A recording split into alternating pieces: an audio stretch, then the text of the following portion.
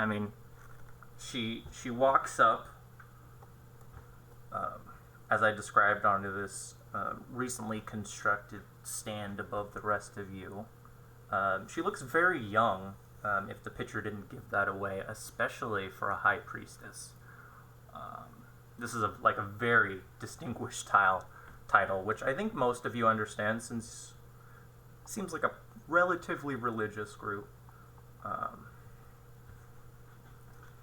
She raises her hands up in this grand gesture, and she says, "Let the lottery begin!" And it seems somehow amplified. Most of you can assume it's magic. Although many of you... Can I step in here real quick? Yeah. Can I just use Detect Evil and look at her and just see what her deal is? Yeah, she doesn't have... I mean... She doesn't have an aura of evil around her. Alright. No.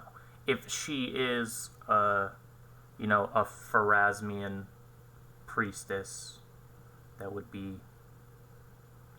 very unlikely. Does anybody got knowledge local? Her picture just looks a little sus, that's all I'm saying. I think she looks hot. I mean, hey, just because you're a cleric doesn't mean you're a good person, right?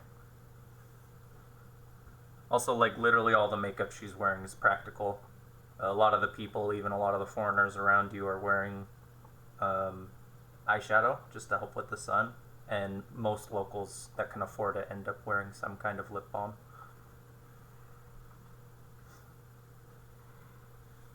Although many of you have requested specific sites to explore, we must leave these matters to the fate. The Lady of Graves is a far better judge of destiny than we mere mortals are. The gates of the necropolis will open at sunrise tomorrow. Use this evening to prepare yourselves for the task at hand. Let these rules guide you in your endeavors in the holy place. Remember how this place came to pass. Even slaves' huts, every single one of them, are a memorial. And honor the departed. May you go on with the lady's blessing. And then you see a couple dozen worshippers of Pharasma come down from like either side of the stand behind some pillars from the Grand Mausoleum, and they start handing out tickets to all the different groups. And I think this kind of helps set the scale for you guys. There are like dozens of these people, like a couple dozen of them, and they're all handing out like 10, 15, little lottery tickets apiece. What number on the Wadi or Wadi with tags is the Grand Mausoleum at? What was that? On the Wadi or Wadi, how we're gonna say that? Oh, you're talking about the map. Yeah. What number is it? That would be number 8. Number 8. All right. Thank you. Oh, so there's a giant pool behind us and everything? Well, it's probably in front of you. Like, 19 is where, like, you would see the actual, main grouping of people. But I guess, like, if you guys want to be towards the front, you could be. But, like, there's, like, legitimately, like, thousands of people, like, multiple blocks crowded up. So do we need to go grab one of those tickets? No. An acolyte will come up to you and hand you one. Because basically you guys had to have applied like at the latest today, and then you would have been told to come to this place. So they basically like verify that you're one of the applicants, like a piece of paper that Roland would have, since it sounds like he's like the head of the group. And then you get like a slip on it, and it just says 37. There's nothing fancy about it. It's just a regular piece of parchment that says 37. Doesn't say the Nards on it anywhere? No. Is that your guys' official group name? Everyone has to agree on it. I'm good. I'm good for now. I mean, there's ways to change it later. Yeah, right. Right, we can change it, right? Yeah. But I mean, I would get it done by next session because then you'll be getting to the point where you'll be talking to people and they'll be like, "Oh, hey, you're these guys." So it might be helpful. The nerds. It's kind of hard if we want. We could just keep switching our name to confuse everyone. There you go. Okay, and you see Septi, the lady I just shared the picture with you guys of. She waits until the last of the acolytes comes back up, wherever they were behind, these pillars, somewhere back there where you guys can't see. And she sticks her hand in one of the urns, and she starts calling numbers out. And this goes on for quite some time until eventually yours gets called out. And every time you see one of these, groups get called out, what happens is they come up, and Septi announces the place they're supposed to be, and they all have different titles and locations, and there's plenty of them, so many to the point that it's what it sounds like. It was half the city that got cut off. It's half a city's worth of locations. And eventually you guys get called up, and Roland goes up there. Is anyone else going up with them? Yeah, I'll be right beside him. I'll go up with him. Yeah, why not? Okay. Cool. Then you get handed a parchment, Roland, that just says the rules on it. Seems like there's clearly more rules than you were told at the beginning. And a name and a very undetailed map that vaguely tells you how to get to this place called the Tomb of Akentepi. Will you spell that in the chat, or just tell me real quick? It's on the title of the map you're looking at. I've shared it with you. It'll be in your images. I won't ask this again, but if you guys could just help me find the images real quick. It's a button on the right-hand side. Should say Yeah, images. I was looking for that earlier, but I can't see it anywhere. Okay. You might have to add it. Is it one of the sidebar things that, when you choose to put what's on your sidebar? Yeah. Okay. And if you guys haven't, since you did do character creation last session, there will be one of the pre-mades at the bottom. Most of you clicked on Create PC. I would switch it over to PC, and that might automatically do it for you.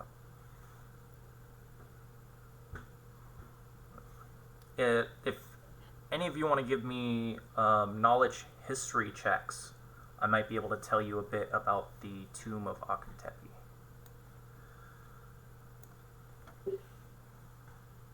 Oh yeah, one sec. Which will be done by double-clicking your knowledge history, or if you have a 20. bar, clicking it once. Nice.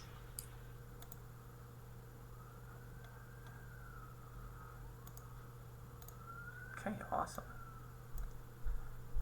Yeah, and you guys are a little skill light. I haven't brought that up yet, but 'tis the truth. Okay, so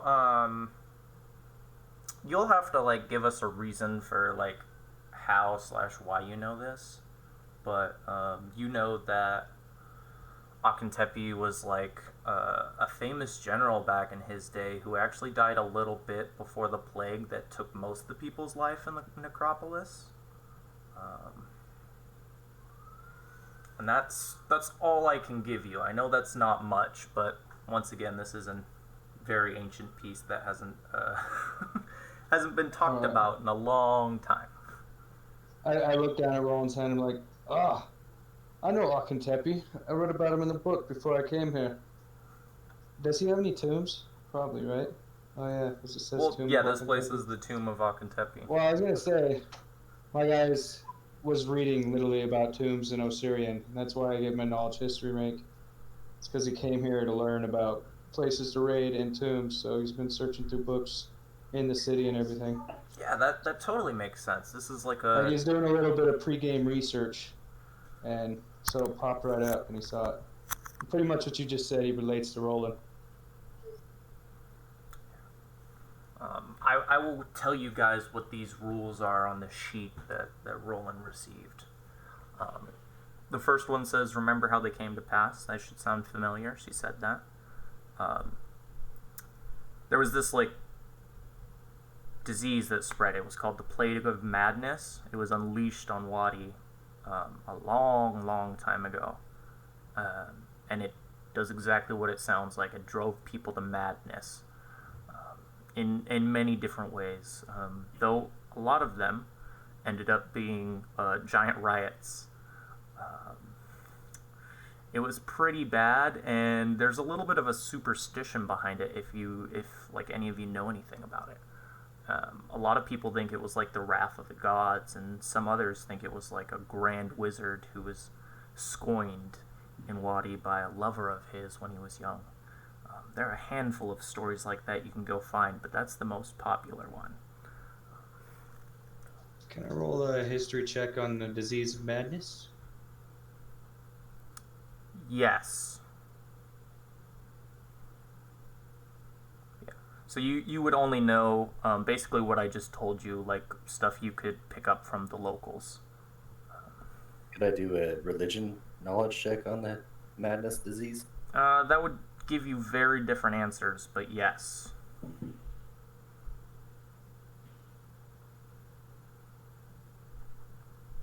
Yeah, so actually, specifically in the few countries around Osirian and Osirian of itself, the Plague of Madness is something that most churches talk about because it was such a grand phenomenon that no one knew how to treat. But beyond that, there isn't much more to give you. There isn't much religious text to it, but it is a like a hypothetical situation. Like, what if that happened again? How would we be able to deal with that if they couldn't do it back in the day? Okay, so the rumors about the anger of the gods may or may not be true. Yeah, nobody knows for certain, and honestly, it depends. Like from church to church, even from priest to priest or acolyte to acolyte, what happened. Nobody ever found out. No god came down and was like, I smite you. Okay. The second of the three rules says, every slave's hut is a memorial. So the idea behind this one, as it writes out, is that every structure in the necropolis is a testament to the people who lived and died in there. You must not desecrate or vandalize any of the standing structures or tombs, but you should preserve them as memorials, the memorials they were intended to be. Some of the structures might be trapped or, already falling apart, but willful and especially unnecessary destruction will not be tolerated. So, yes, you're going in there to loot things, but don't be an asshole, is the idea. If you guys hit, I believe it's if you hold Control, you'll see in the bottom right of the chat box, it should say OOC, and then you could hit Enter and it will not be in character. The final rule says, honor the departed. That's the title of it. The dead should be treated with dignity and respect. If they're in a tomb, you should not disturb them unless you have to recover an antiquity or a relic. And after that, you should return them to their resting place carefully. It's understood that ancient dead are going to be brittle most of the time, but if you don't need to go into the sarcophagus, don't. And if you do, don't just dump them on the ground. But this rules, it says at the end in bold, just like the title, but this time in the rules, it says this rule does not apply to undead or other abominations. And at the end, it gives you that disclaimer that any piece of any application you've ever signed has if you fail to comply, this could lead to, but is not limited to, expulsion from the necropolis, being banned from continued exploration, seizure of recovered valuables, prosecution and potential death by local authorities, and then a bunch of other things. Okay, so from my understanding, as we're looting corpses, we need to make sure the corpses are like back in their resting place and respected. Yeah. Treat the dead with respect and dignity. That's the big thing. And their tombs. Like, it's, actually, give me, anyone who wants to, give me a knowledge religion check real quick. This will get, there's a lot of information you could get about this church specifically and the area itself. Okay, so, Roland, the Church of Pharasma, the one who's, like, running this whole thing, is very unhappy about the fact that you guys are basically licensed tomb raiders. And the Ruby Prince basically gave them an ultimatum, like, hey, either you can have limited oversight on the adventurers digging through this tomb, or you can have no say at all, and I will get someone else to do it. So they, like, begrudgingly accepted to, bend the knee to their pharaoh. So there's a little bit of tension there. Though if you hadn't known that, like if you hadn't heard that in town or on your way to town, you wouldn't be able to tell by what's going on tonight. Or today, sorry. So that's the Kehemet 3, or however you say that, Kemet 3? Yeah, his official title is the Ruby Prince. Kahamet 3.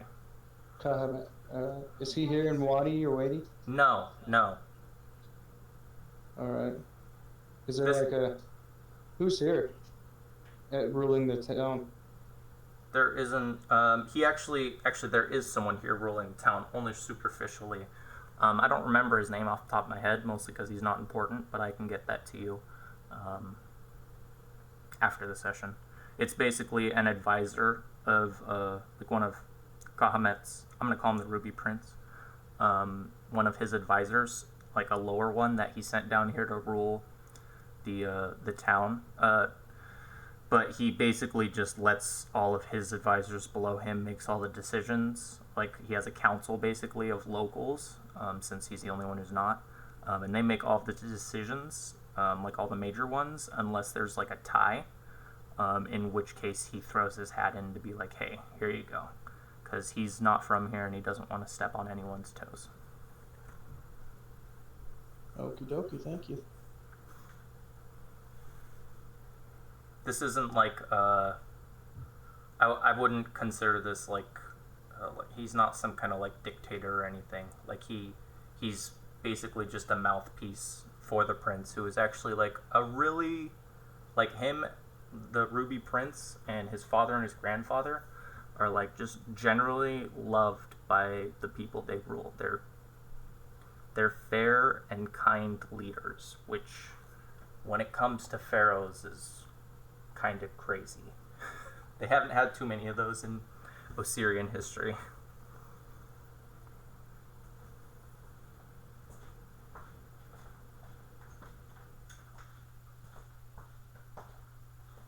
Okay, so do you guys want to, like now that the ceremony is kind of like ending and people are starting to disperse and just, enjoy the city of Wati itself, is there anything you guys want to do tonight, or would you like to just move on forward to the next day when the necropolis will open up for all of you?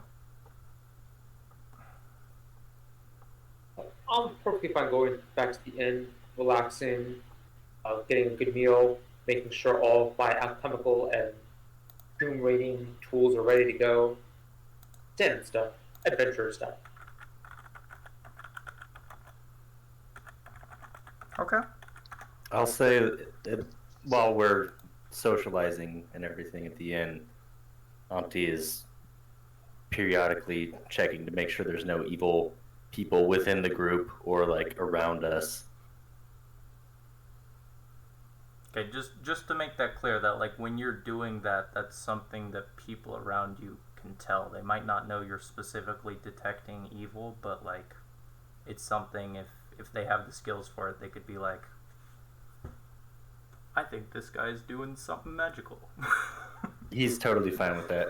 He feels like this is his responsibility. Yeah, you're in a tavern. There are multiple people that you can detect evil on. Well, I mean, it's a spell like it's a part of your ability, right? But you still have to cast it like a normal spell. Detect evil. Yeah, it's not like an aura. Oh, then I mean, he's totally It's like chanting walking and around moving his doing it. hands, and he's holding up a divine focus and all kinds of stuff. Yep, just anytime something suspicious happens, he's like Starts going into chant mode. starts chanting right in your face. Okay, well, most people are at like their own little booths. Like you see, the Tooth and Hookah, the bar that like you guys probably met at. It's a popular inn for adventurers. It's mostly adventurers in here, and it's a lot of like groups of like 2 to 6 that are all in their own booths, and it's a pretty rowdy place. Even though, like I said, most of these groups are sticking to themselves. I don't know, how does the rest of the party take to this fucking guy coming up and like waving his fucking hand in your face while he holds up his symbol? Well, who's that? Is that Auntie doing that? Who's the paladin again? Sorry. Yes, yeah, Auntie. Well, I mean, he's already done it a couple times, and after just rolling my eyes and stuff and talking to Roland, it doesn't bother me anymore. He's a paladin. What do you expect? He's just zealot. He just does his thing. Oh, he's one of those paladins. Yeah, he's one of those paladins. And my guy, for the most part, I'm always just basically within the next 5-foot square, falling, rolling around, because I've deemed him like the leader of the. Well, he hired me, kind of, or at least tried to get us together. So I'm just kind of bodyguarding for him the whole time. So I can always be found right next to Roland. Okay, that's good to know. I like setting little precedents like that. Yeah, it seems like Roland is both like the face and like the bar area. Oh, sorry. Yeah, so the way it works is like you can go to the bar and ask for stuff, but there are a lot of above average looking ladies and some men too, depending on your flavor, that are going around and like refilling hookahs and drinks and getting meals for people. It's like a restaurant, basically. You come in, you wait for your seat, and some pretty person comes up and takes you to one. Does anyone here partake in smoking or drinking? We haven't established that yet, so I'm interested. I'll do both. I'll drink. Nice. Okay, then the hookah will be regularly stocked today. I'm not going to make you guys pay for any of that because we're not like focusing on this scene, but you should pay for your accommodations in the inn. For those of you that don't know prices, if you just want like a regular room, a poor one would be 2 gold, a common one would be, hold on, no, sorry, it would be 2 silver for a poor one, 5 silver for a common one, or 2 gold for a good one. If you want to get like a suit, like a proper suit, it's a lot more, but they do have a few still available. Pardon the noob question, but does money currency work the same way, where it's just times 10? Silver is like 1/10 of a gold piece? Yes. And when you're editing money on here, on like your character sheet for just whatever you guys are paying, just let me know. I'm not gonna be like, oh shit, you didn't spend that money, but still I want you to keep track of it. Just enter the number it should be. Don't hit like minus 2 gold or whatever. Yeah, I just want to, like, this is just to establish, like, what kind of living standards you guys have, at least at the beginning. Amari is probably going to spring for a simple common room. It's like 5 silver for him. Yeah, 5 silver. Okay, nothing fancy. can appreciate Yeah, that. same with Roland. Let's have gold in his pocket. Alright, yeah, I'll go common too. Trying to get a room right next to 20s. I'll go the upgrade up from the common. Okay, so that would be still a regular room, but it would be a good quality room for 2 gold. Okay. You said common was what? I know you were telling me. I'm sorry. Common is 2 silver. Poor Okay, thank you. is, or no, common is 5 silver. Poor is 2 silver, and then good is 2 gold. And fortunately for you guys, if you want to get rooms next to each other, as long as they're just the regular rooms and not suits, then you can get rooms next to each other, because that's what most people are doing, since it's mostly adventure parties here.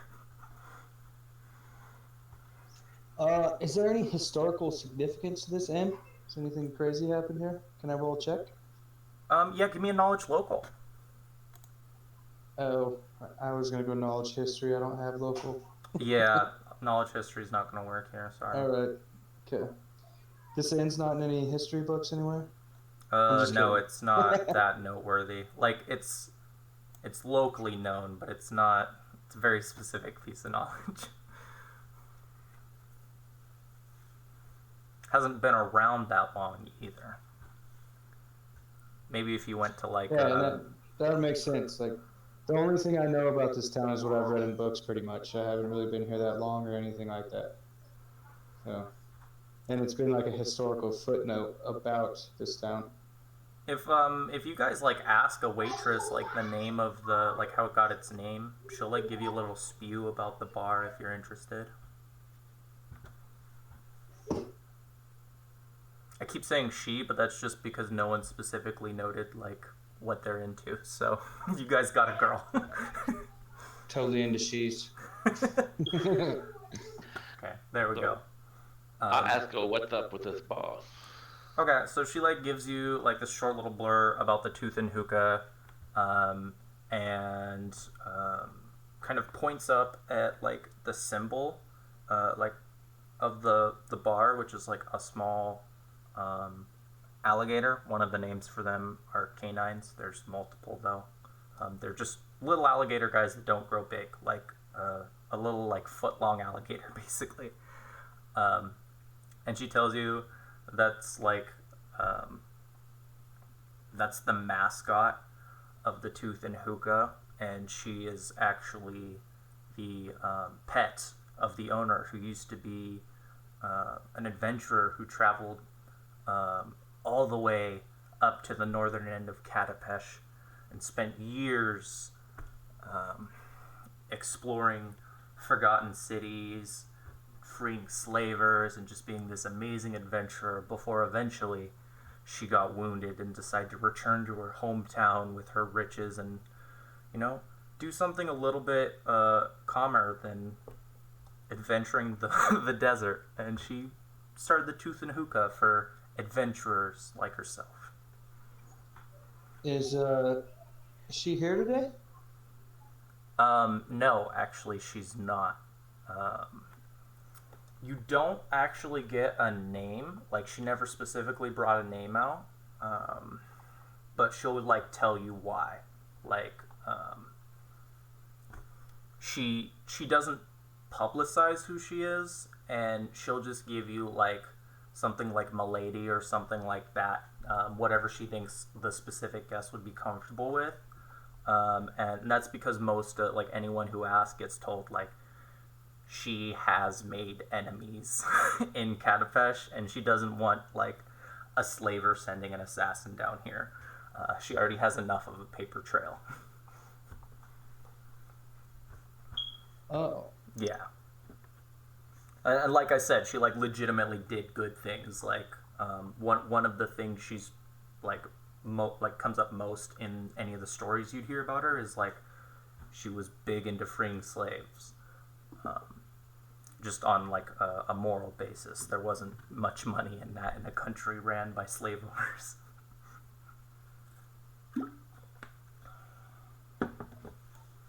Okay, Well, Merlin respects what she did, and if she could just tell her her lady that anytime she needs help with anything, just let us know. If she needs any jobs done, come talk to Roland.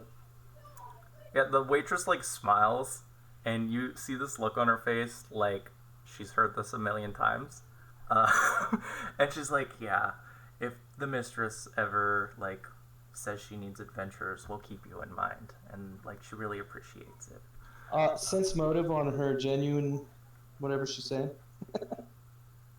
Okay, well, before you do that, I got a 4. the way I do rolls is if you want to do something like that, you don't just say, I'm going to roll this skill check. You tell me what you're doing, and if I think you should roll something like sense motive, then I will.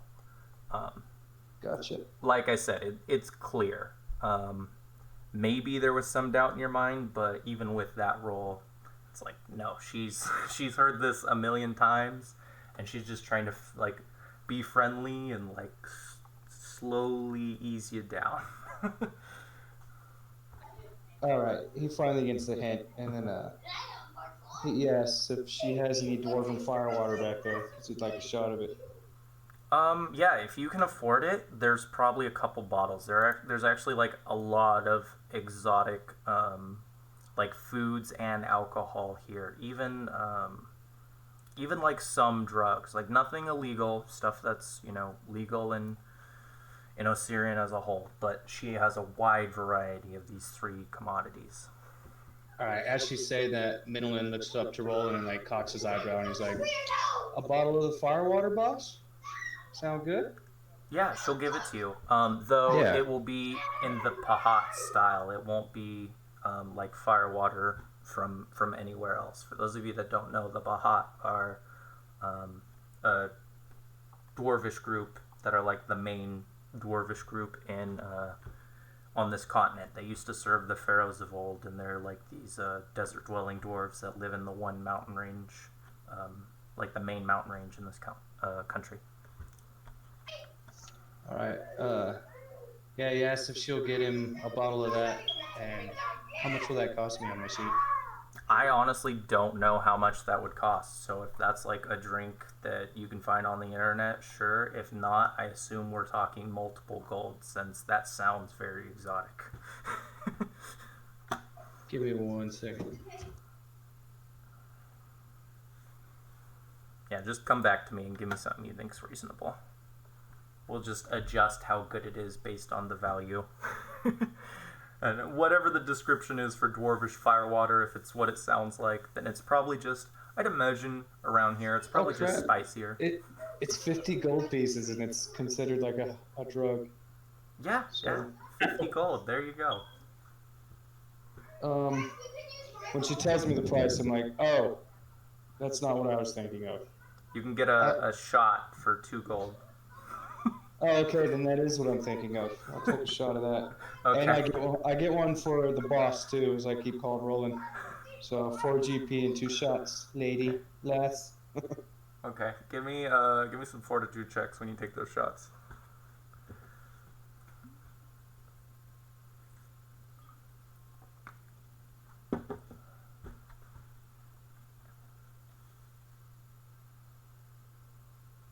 Ouch. Okay, it's Minolan? Is that correct? Yeah.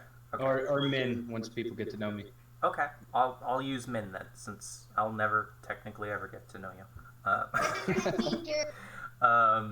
Yeah, Min, this is way spicier than you were expecting. I don't know, like it sounds like you know what you're talking about, but you just weren't expecting the Pahat style of dwarvish fire and water. It was intense. Give me some water, lass. I might not be able to take this. Bit off a little bit more than you thought, huh? This ain't. He's looking at the serving doors like, this ain't fire water. Although he knows it is, but he's like trying to talk shit. And she just does that like very standard like waitress thing where she like just tries to appease you in the way she can, but like explains that like the only thing she can do is get you like a different drink or some food that you'd still have to pay for. Thank you. I'll get a loaf of bread, if you will, and hold off on any more booze for me. I like to imagine that, like, with the way they describe, because I read the two books that involve, like, this country, that, like, it's like, you know how a lot of Indian food is spicy? But imagine if it was, like, the spiciest Indian food you've had. It's like that, but it's a shot. All right. It's gonna make it intense as hell since it's that expensive. Yeah, that is expensive because I was reading this thing how like the copper piece is supposed to be like an American dollar if they did a conversion. And like every silver piece is supposed to be a 20, and a gold piece is supposed to be $100. So we just dropped like $400 on those two shots. Well, I mean, there's only one place this specific Dwarven Firewalker is produced, so of course it's expensive. Okay, and yeah, you guys, like, drink and eat and smoke and whatever other kind of drugs, no shame, you guys want to do for the rest of the night. I assume not too much since you're supposed to be adventuring tomorrow. And eventually you all return to your beds and you wake up presumably pretty early in the morning to head off to the Tomb of Akintepi. Let's do it. Took a little bit longer than I assume most of you were expecting. I hope that's not a negative. Not at all. Okay. Oh, I'm happy.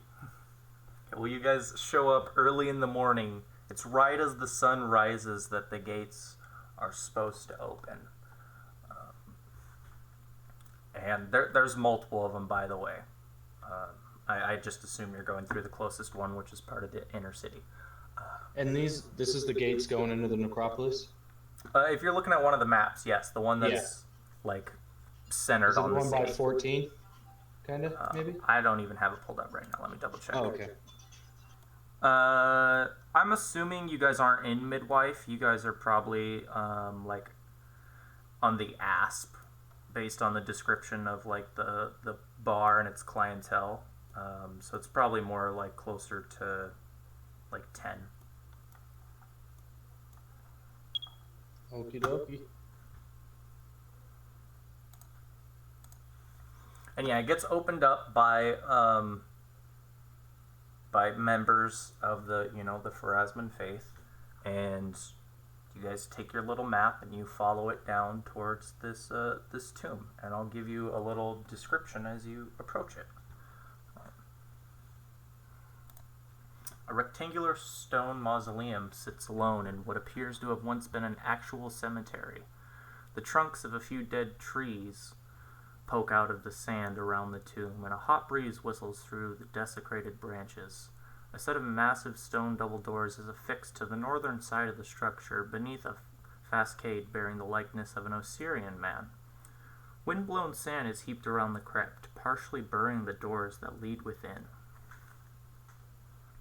Can I do a history check on the Assyrian man to see if he's anybody of note in history?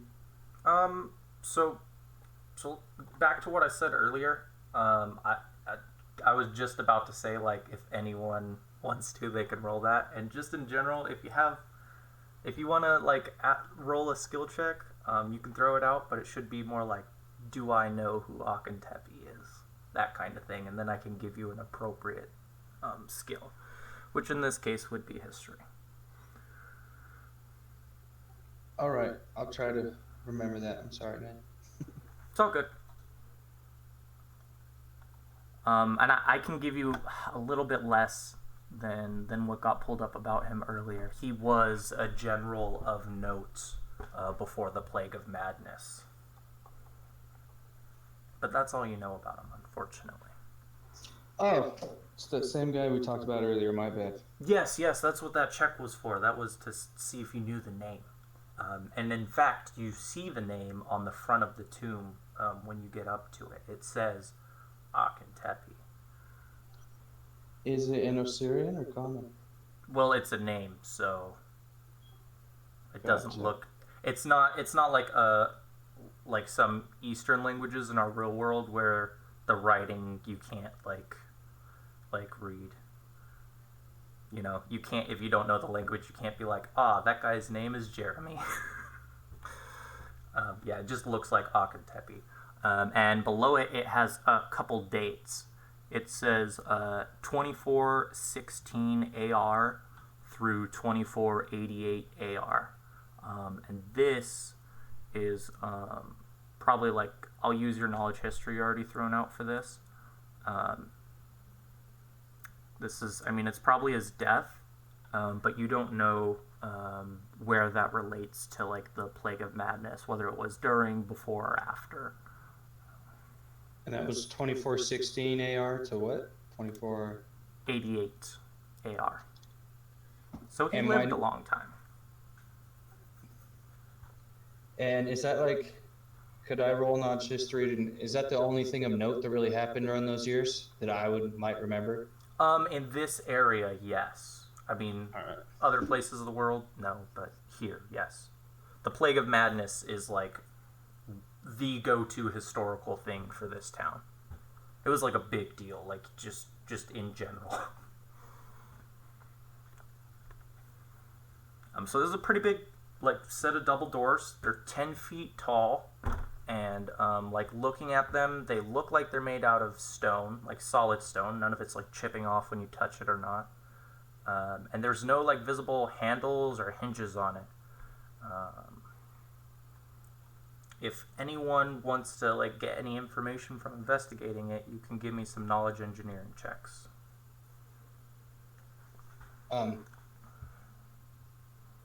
Once again, don't just throw skills out, or I'm going to disregard them.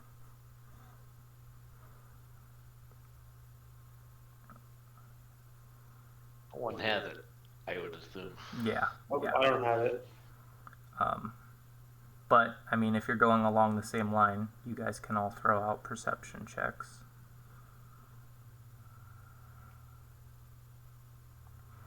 I'm setting a bad precedent, because what I would normally do is, like, have you guys be like, okay, I'm gonna go look at the door for, you know, some kind of hidden button or something like that.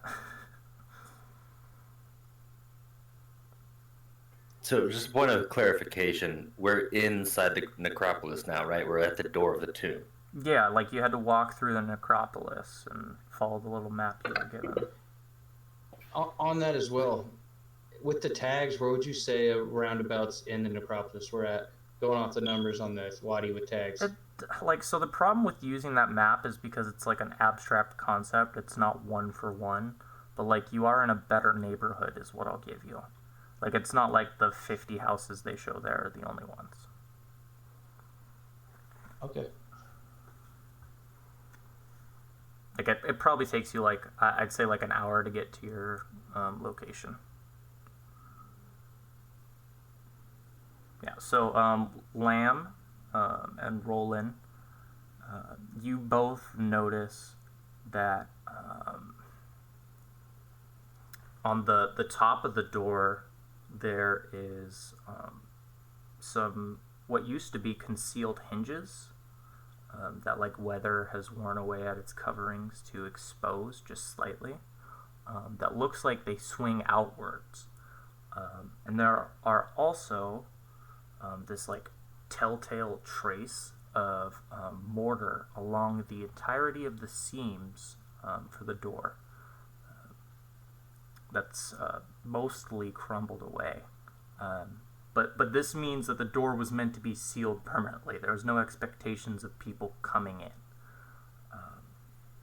And Roland, you and just you know that if you use like a crowbar or something similar like that,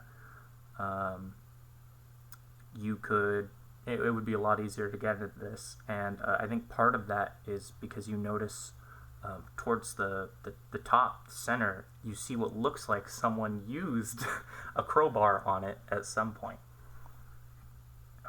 There's like the distinct chipping of the end of a crowbar. Does anybody have a crowbar or a sword that we could pry this door open with? My character looks at a bomb. Yeah, Minolan backs up. He's like, I ain't breaking my blades on that. Yeah, that would be a good way to make it so your sword isn't useful. So do we need to go buy a crowbar? Well, first, if you want to open this, you would need to move a bunch of sand. Why don't you go buy a crowbar and we'll stop moving sand? Well, I'm pretty strong, so I can move sand. I'm pretty strong too. Oh yeah, I didn't explain that. My guy's really, he's kind of tall at 6 foot, and he's pretty rippling on the muscles. He's got an 18 strength, so there it is. Does he have an 18 pack? An 18 pack? Yeah. No, it's only a 16. He's working on it though every day. Is the alchemist helping you with that? The alchemist with strength. Well, somebody needs to go get some shovels and a crowbar. I can help dig. I'm not weak. Yeah. Amari will happily go get shovels and a crowbar. Okay. Well, yeah, it's going to take you about 2 hours and some change to go get that. But shouldn't be a problem with that. You can go find, those are simple adventuring items, and like I said, there's people here specifically to sell those. And it takes you guys, everyone else who's clearing out the sand, because I assume everyone's helping. Yeah. It's not something I'm going to make you guys roll a check for. It's not that kind of difficult. But it does take, it's like an hour of sweaty labor, basically. Because if you move the sand, but you don't move it far enough, then it's going to slide down. So you guys are basically having to, sounds like shovel it out with your hands, since you don't have the tools for it. It's like building a sandcastle, but you guys don't have buckets or rakes. Yep, we're using our hands. It's sand. I mean, it's not gonna break my back. Yeah, no. It's probably a little bit frustrating, though. I know there's some of you that aren't accommodated to this kind of work. Yeah, I don't like to get my hands dirty. How do I send a message to just you, Jacob? Is it through Discord or through Fantasy Grounds? You can do one Like that through you'll be Discord. watching while we play this. You can just I think you can click on my name.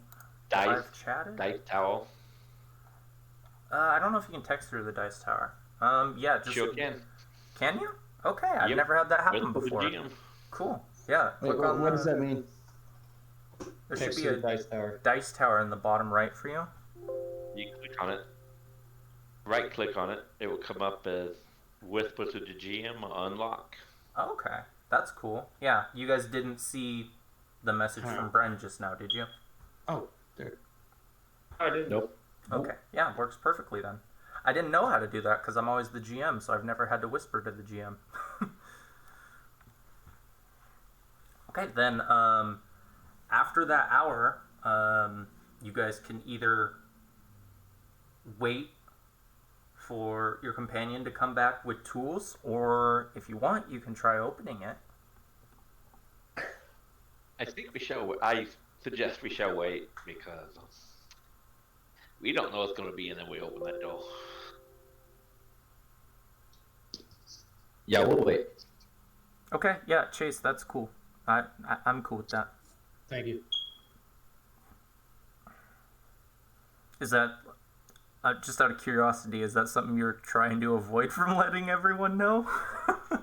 Well, no, I just wanted to make Okay. sure it was okay with you because I only had, well, what I just said there to spend on it. But after buying part of it, then I would be able to afford it. But Yeah. I just want to bring it up while you were talking. Okay. But yeah, before we That's fine. start working, I was probably the last one to get to work, and I took a couple swigs off that dwarven firewater bottle from last night, and then put it back in one of my 3 belt pouches. It's not as difficult to swallow as it was last night. Oh yeah, I'm gonna conquer it. I believe in you. Okay, yeah, then sounds like you guys are waiting until you get your tools. Just make sure. Who was running out to get them? I forgot. That was Amari, the alchemist. Okay. Just pay for whatever the standard price is for those tools. No problem. So I'm gonna grab 2 shovels and I'm running back. Okay. You might want to use a crowbar, get a crowbar specifically, because a shovel is going to be too big to fit in the spot that you guys saw that a crowbar had gotten into.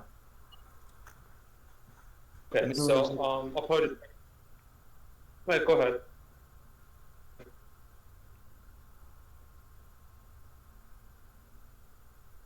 He has 1 shovel and 2 crowbars. Okay, cool. He sees you guys already cleaned it out. He's okay. I mean, the shovel will probably come in handy later, right? And the crowbar will too. So I'll take 1 or 2. I'll take 1 shovel and 1 crowbar. I am strong enough to carry it.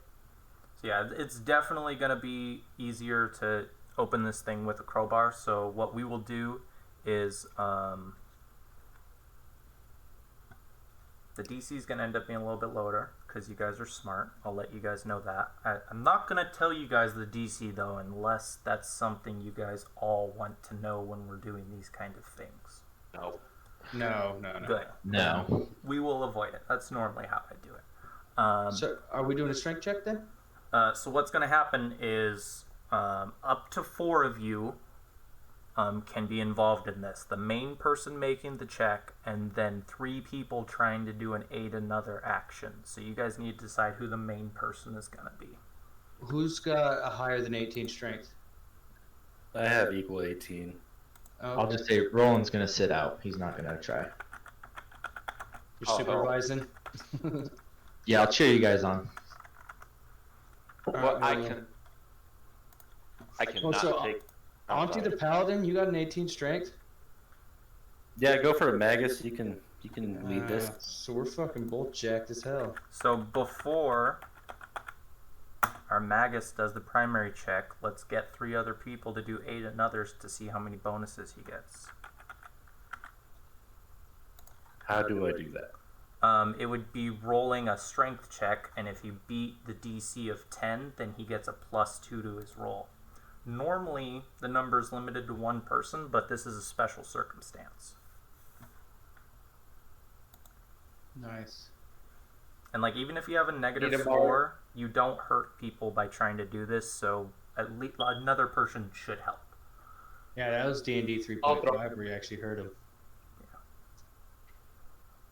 But this is showing that, like, the 4 of you are all in there helping with this check. Yeah, unfortunately,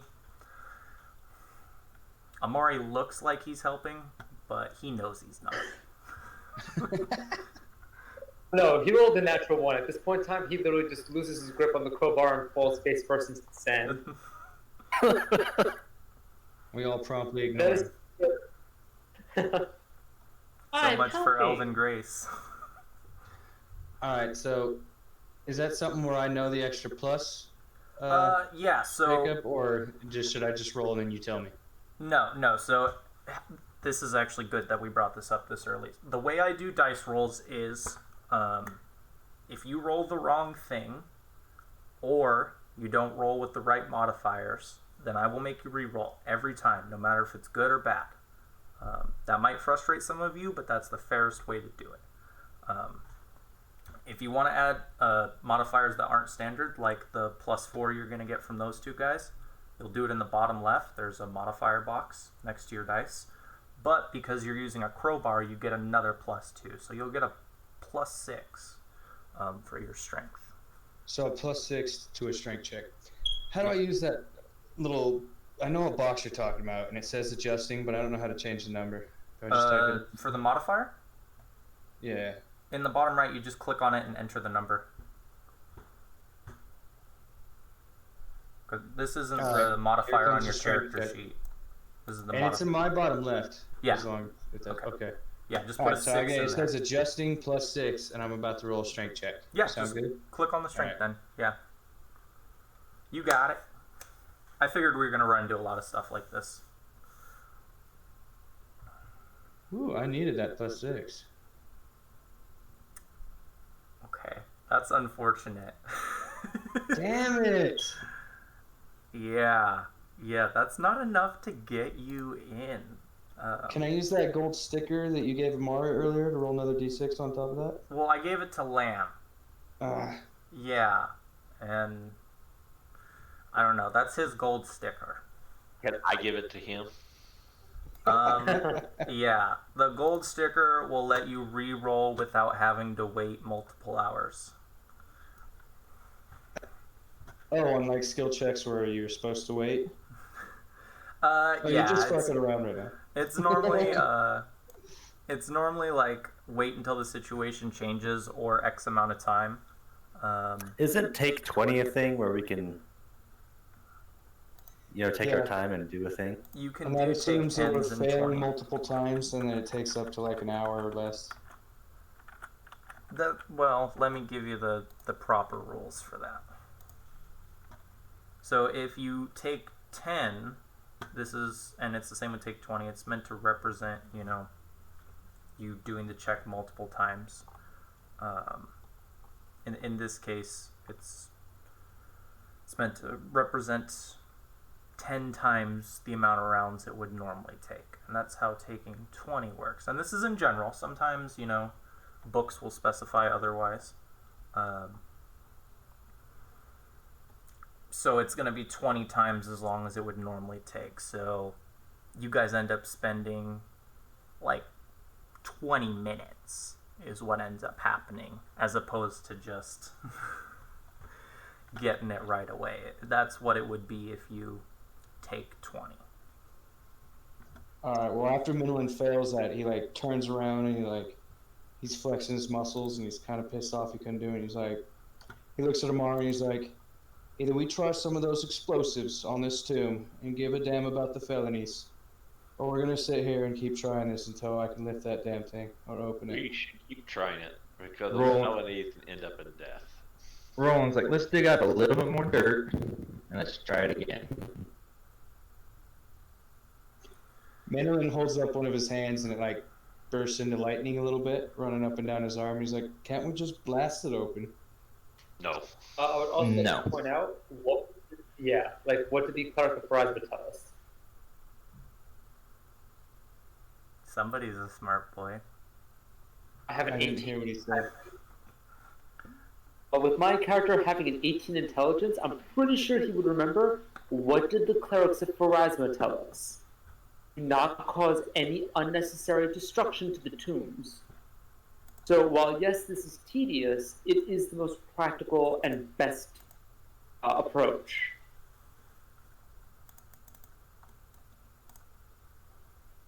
You're right, Amari. Mandarin just rolls his eyes. He's like, but we could always use magic to bust this thing open. Just throwing that out there. Yes, he might not ever let us go into another tomb. We could also use luck next time. Praise Desna. So give it another shot. So actually, next time he has to roll, I'll use a casting of a bit of luck and let him roll twice and take it to better.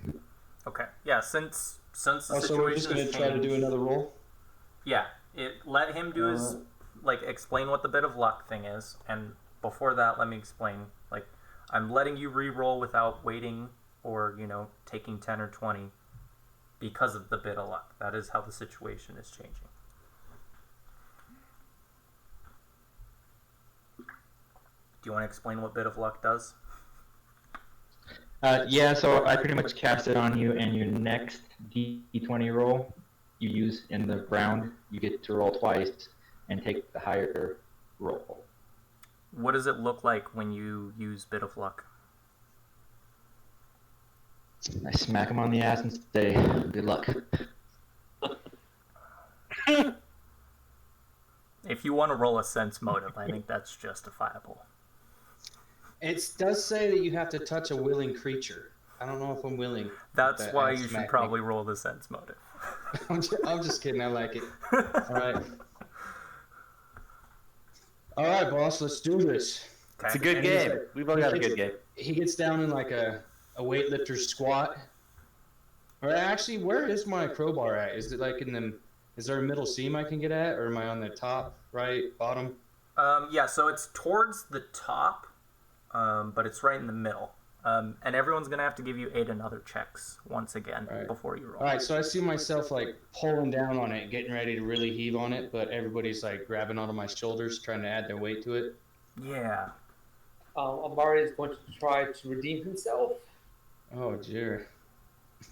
Again, key point being he's going to try to redeem himself. Just a quick clarification from the GM. Is this aid another action? Is it the thing where you just got to get past the DC of 10, or do you got to get Yes. past the DC of the strength check? It's DC 10. Oh, sweet. Oh, Normally, though, you'd only be able to get one person to help you. This is a special case where you can get multiple. gotcha. Okay, so it looks like you're getting a +4 from your friends and a +2 from the crowbar. Same as last time. Okay, so how do I do that thing where I can roll 2d20s at the same time? Does anybody know? You're gonna have to just roll once, and then if it's not enough, you'll have to re-roll, putting the modifier in. There isn't a way to do Alright. that because that's not a standard rule. Yeah. Oh, no, I was just... Okay, I got you. I just know there's a rule where you can grab 2d20s and throw them at the same time, but I'll just do that. I got you. You might be able to left-click and then right-click the box that you're doing the strength check from. Like, that's how I you would just do found it. it. Do you care if I use it? Yeah, if you know how to do it. Is it what I just said? Left-click and Yeah. right-click? Yeah. Yeah, Okay. it was a right click, and then it pulled up a bunch of options for how many d20s I want to roll. Okay, yeah, then that's fine. Do that. And I didn't mean to do that, but all Okay. right. It didn't actually... I don't see any dice. I Oh, saw you you didn't? roll them, Okay. but... Oh, no, so yeah, that rolled them together. Oh, so there it is. So just give Okay. them to me separately, because that doesn't... Yeah, that's Okay. when you up cast the spell. All right, sorry. All right, I'll just That's throw all good. 2 d20s out. We're learning. Might be better to do it one at a time anyways in case you crit later on in the future. Yeah, definitely with the attacks. Oh, I'm critting later. Well, you should. As long as you're enjoying the game, it'll happen eventually. At least once.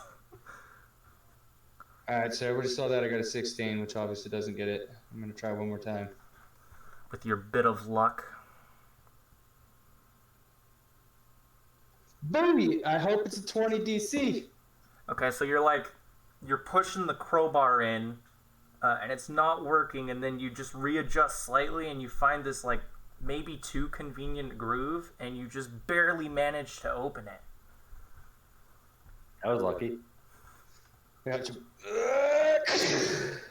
And so does it, like, kind of break the double doors open a little bit towards me or inwards? They're outwards, so you're making the door, like the right hand door, open towards you, and you only manage to open it like a 1.5 feet wide before the sand's too much. All right. Well, Middleton, once he opens it up and gets that little crack, he like steps back, throws the crowbar on the ground. He's like, "Fuck yeah!" And with the door opening, there is like this stale air that comes out towards you guys. It just smells foul in there. Oh shit! That's the mummy's curse.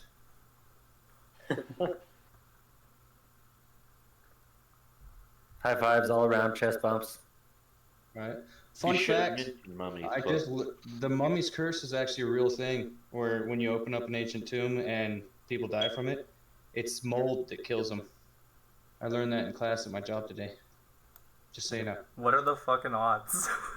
I know, it's crazy. Okay, yeah, here. Everybody thought it was a curse, and then they went back and started studying it, and mold can survive for thousands of years. So when these archaeologists were cracking open mummy tombs and old people tombs, all that ancient-ass mold was just bursting out in their face, and then all those people would die. And then they'd think it was a mummy's curse, but it's just mold.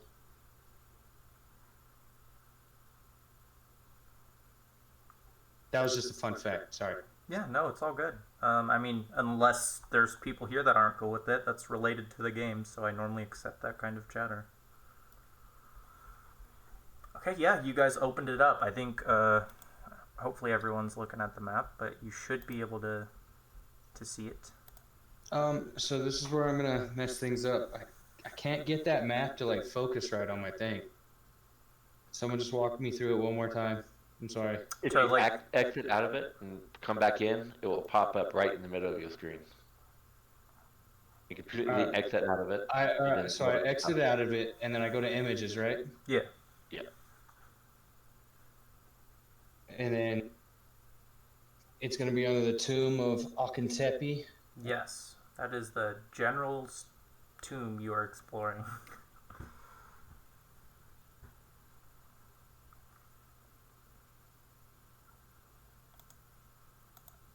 And when you open it, let me know, because there is a button here that should jump you over to where we are that I can click on. If you zoom out a bunch too, you'll probably see where we are.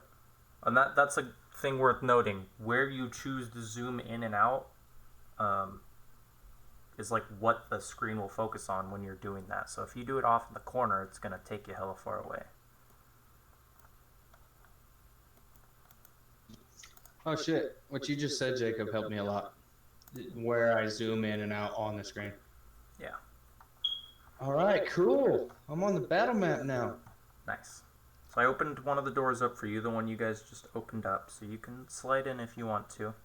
Just don't be jumping around a bunch. I'm just going to unlock the tokens. Just take it one room at a time.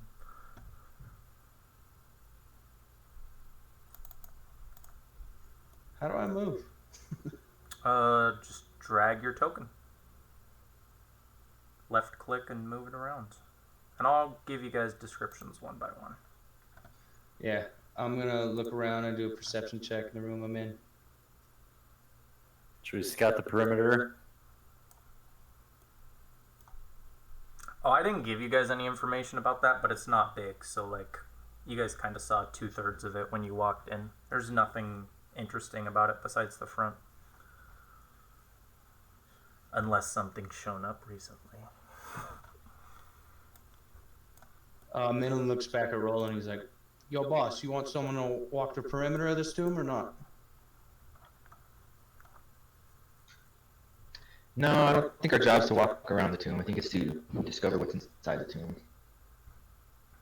Can I click open these doors? Let's just do it one at a time, because I want to give you guys descriptions before you get, 5 rooms in suddenly because someone wanted to go down a hallway. So this rectangular room is empty save for some engravings and fixtures upon the walls. A pair of heavy stone doors to the north, the ones you came in through, and an immense stone wheel against the south wall. There is still stale, and a layer of dust and sand covers the floor, some of which came out when you opened it, lying in a thicker layer closer to the south. All 4 walls bear sunk relief engravings and hieroglyphs, so they're like in the wall, like carved into it, while small stone faces are affixed to the walls at about shoulder height in each corner. The stone wheel to the south is engraved with a large spiral and is set in stone tracks in the floor ceiling.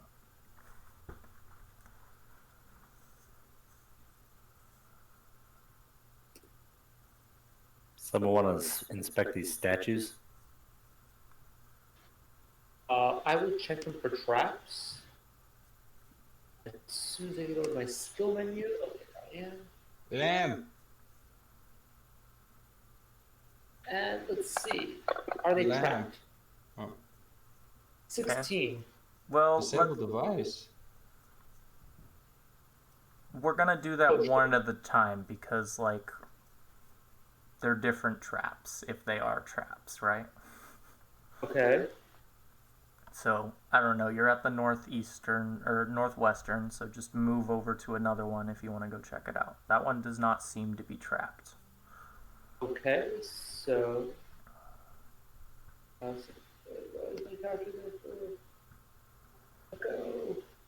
Why is doing that? Did you said there were some pictures or bas reliefs on something? So there are some sunk relief engravings and hieroglyphs that are on all 4 of the walls. All right, I'll move my guy to the. Sorry. Shouldn't he be using perception to find traps first? Well, he knows where he's looking, right? Like, he's checking the statue out. If it was just like I look down the hallway, then I'd have him roll the perception. All right. Can I read the hieroglyphs or Yeah, I understand was them? about to. I got a point in linguistics as well. Would you want us to roll some linguistics or what? Just to see Okay, if we can read them. so we have Minilon and who else that wants to check out the hieroglyphs? I have shit for linguistics, so if you have that, go for it. That'd be Auntie. Okay. So Well, I'm not Auntie and asking for a Minilon. roll yet. I just want to know if you guys are checking them out. I would like to check out all hieroglyphics and writings, please. Okay, well, I'm still going to ask you on a room-by-room basis, unless that's always your go-to thing. Oh no, that's fine. Do you want to ask us wall by wall, or can I do the whole room? No, in no, one I roll? will, well, I mean, it'll be on a case-by-case basis, but if you say you want to go up to the hieroglyphs, I'll let you know if you need to do it multiple times. Well, So, then I'm kind of just walking around the room in general, trying to see if I can even read this shit. So I'm gonna roll a linguistics check to see I if that's don't doable. need you to roll a linguistics check. Oh, okay. I will ask you guys for rolls when they are applicable. Okay, so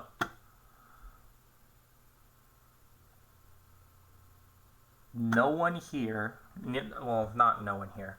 Minilon, you can't read any of these. They are in a tongue that is foreign to you. And Auntie, you can tell that this is ancient Osirian, but you can't read it. They're similar, but without a linguistics check, you can't really tell what it says. Gotcha. Is there any way we could take Dive. like a charcoal rubbing of it? Be a little bit more specific. So, for example, like I have a notebook. Is it possible for me to like copy the shapes and symbols so I could roughly translate it later on? Give me a linguistics check. Or find someone that can do it for us in the city. Potentially, you could hire someone to come in here and copy them, but you were the only ones given permission to come in. All right. Good. So Oh no, I think that's what he's asking. Can we like copy down a bunch of this information in some Yeah. books? Yeah, if you give me a linguistics check, I'll let you copy it down. This is to show how good you are at copying it down. Oh. I am not in linguistics. I have it, and I got a book, and I got ink and pen and all that. So I'll throw out a linguistics check just to copy what I'm seeing on the wall. Okay, yeah, that sounds great. All right, one sec. Could I make any sense out of it? You don't have applicable language for it, no. You're Osirian, but you don't speak Osirian. Know how to add languages, so You don't have enough, intel. unless you put a point in linguistics, which you did. So I do yeah. have. Yeah, so just put Osirian. That would be the tongue you were taught. Unless you have a very specific reason for knowing ancient Osirian and not Osirian. Okay, yeah, you put some of it down in your book. You'll find out how good it is when you take it back. Or, if you know, you just ask someone what it looks like. There's no one here to do that, though. Dang. Well, I mean, with the check, I can get a kind of a. If there's another check, if you're allowing it, that allows me to use my linguistics to kind of decipher, even though I don't know the language, but to use linguistics of all languages to kind of decipher what it might be saying on the walls. Yeah, that's a really difficult check, though. If you want to, you can, but I'll tell you right now with your +4, since you don't know the language it's derived from, that you won't get it taking 20. Okay. Yeah. All right. And I don't know if you looked. Not saying you didn't, but if I fail this check by more than 5, you can give me a false information, making me think I understood it, but completely drew a wrong conclusion. Oh, no, I know that's a thing, but I'm not Okay. doing that because you don't know the, I don't know, the precursor, or not the precursor, the modern language. You can try and decipher it, but it's not, you don't know what you're looking at, basically, is what's happening. Can I look at it and try to decipher it? I see them doing all that work. Yeah, it will actually be easiest for you to do it. This is Lamb right now. What do you got for decipher check? I mean linguistics. Same thing with you. Plus Mine- 4. Probably not, but I am from him. Oh, Yeah, he Gotcha. has the language that you would use as a key. ooh, look at that. If anyone else had gotten that role, well, I mean, if Ani had gotten that role, but he can't. Yeah, so you can translate it, and it repeats on multiple of the walls. It says, Akhentepe's tomb is well defended, and those who would defile it tempt the wrath of the gods. And there's another warning that you can find that says, the only thing the Lady of the Grave despises more than the grave robber is the unsuccessful grave robber. And just below that, the final thing you see, it says, turn back while you can. So that door is trapped, right? I repeat all and- that. And Pharasma's directly involved with this tomb. Well, yeah, the ones who sealed it off were Pharasma, but also that's like one of the main religions around here. This is her whole shtick. Oh, because it's a tomb. Yeah. Sorry. I didn't read all the history, I won't lie, but so pretty much all the tombs in the necropolis were sealed off by Pharasmian people, is what you're telling me? Well, yeah, some of they, almost all of them certainly were because of her whole shtick. This is kind of like, her thing. So whether or not these tombs were sealed before the Plague of Madness, Pharasma's acolytes and priest would have been involved anyways. I see. Well, I can tell you this much, guys. It shouldn't be undead. It shouldn't be. Because Pharasma does not like undead. So it's going to be a trap or something different. That's Minolin talking. I think it's undead. Every tomb has undead in it. Well, then that part of it wasn't set forth by Pharasma, as I understand it.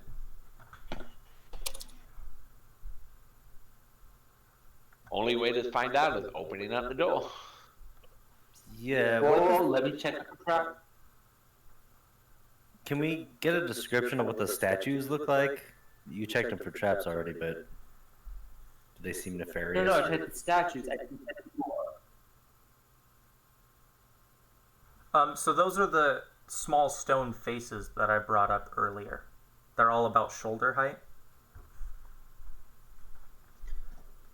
Can I do a history check to see if they pop up in my memory at all as a historical figure? Yeah. Okay, one sec.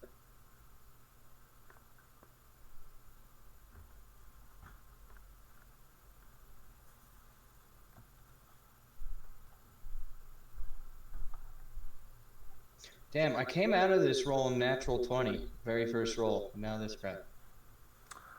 Yeah, these don't look like they look Osirian, but you don't know who they are.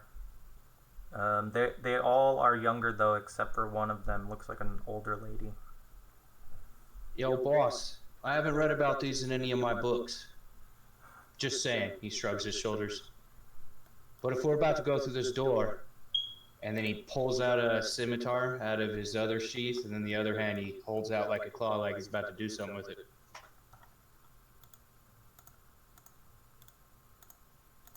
Could just be statues of his wife and kids.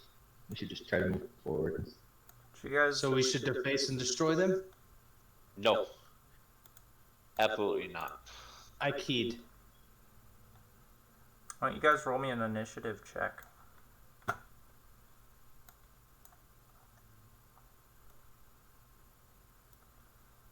Ooh, natural 20? Not natural, but it's a 20.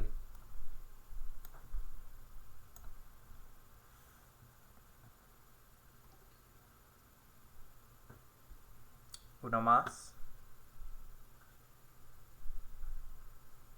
Traditional black dice. I can respect that.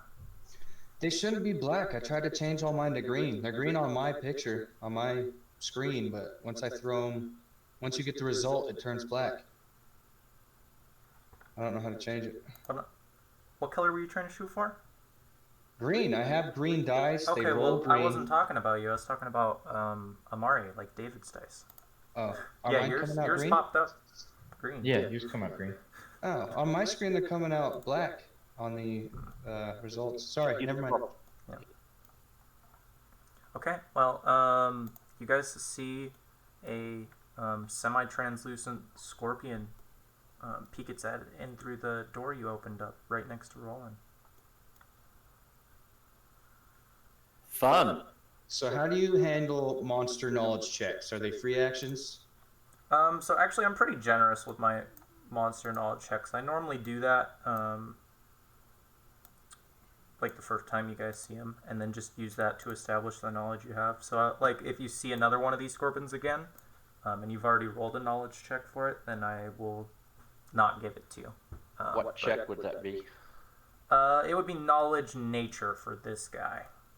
Okay, can I do a knowledge nature check? Yeah. Oh yeah. Okay, so I'm going to give the general description for what everyone sees, and then give the knowledge that Lamb has. So this is a really large scorpion with a translucent shell that lets you see all of its internal organs.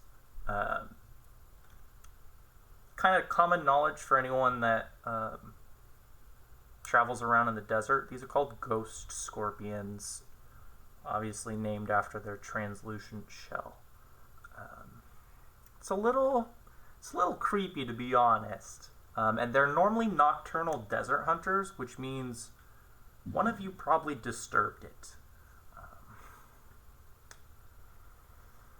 On the other hand, Lamb, you know that these guys are very poisonous, and people who get stabbed by them frequently end up, well, not doing well.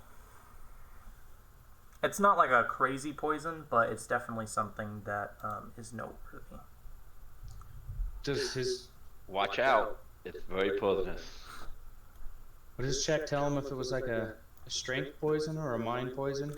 I don't specifically do that unless you get Okay. really high. He didn't get high enough for that. I do have knowledge of nature. Could I also roll it if I would know what type of poison that is? Yes. All right, here's my roll. I mean, this is for your understanding of the scorpion itself. So you get everything. You just know it's poisonous like him. It's a Yeah. mild poison.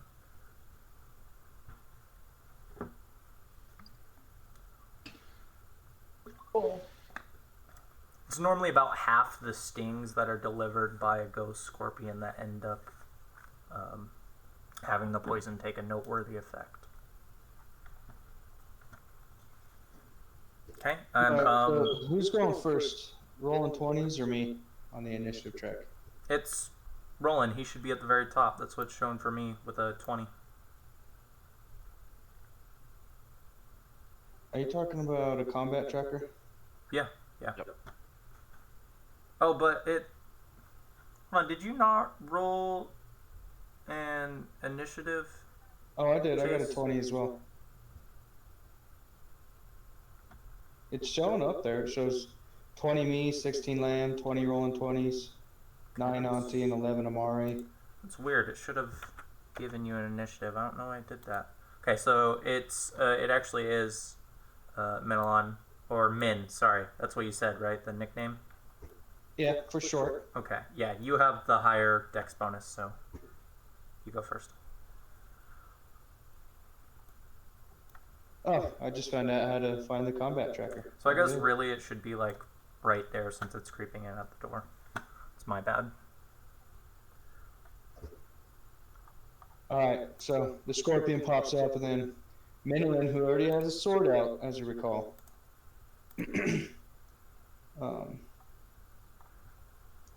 Shit.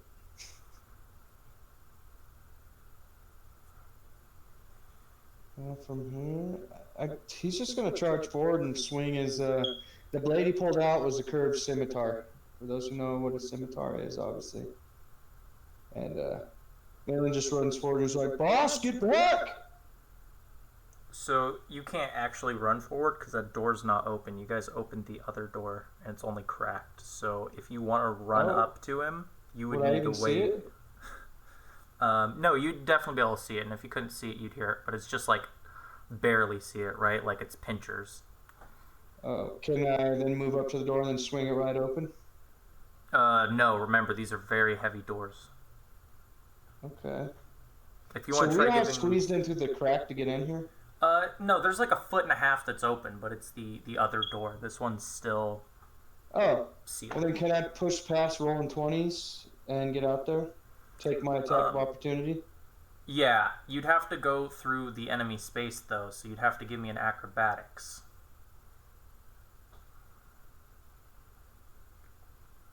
Alright, I'm just a little bit confused. Unless you don't want to provoke. If you don't want to provoke, you give me the acrobatics. If you don't care, then you don't have to. Yeah, I don't care. I'm just going to run forward. Because if I roll that acrobatics, got to move at half speed, and then I won't be able to get out there. Okay, that's fair. So, I'll just get out there. Don't care that he's swinging at me because I'm about to just beat him with the scimitar. Okay. I can respect that. I've done that more than once. He's gonna lunge at you with his claws. That's the closest thing. He didn't see you coming. But you're good. You saw that, right? I did, and you got it to even say miss. So if I grab my attack scimitar hotkey and just bring it over the scimitar, it'll do the same thing? I mean, to the scorpion? No, so what you need to do is click on your token on the map and then control click the enemy. And that will target him. And it'll pop up on the combat tracker and tell you who you're targeting.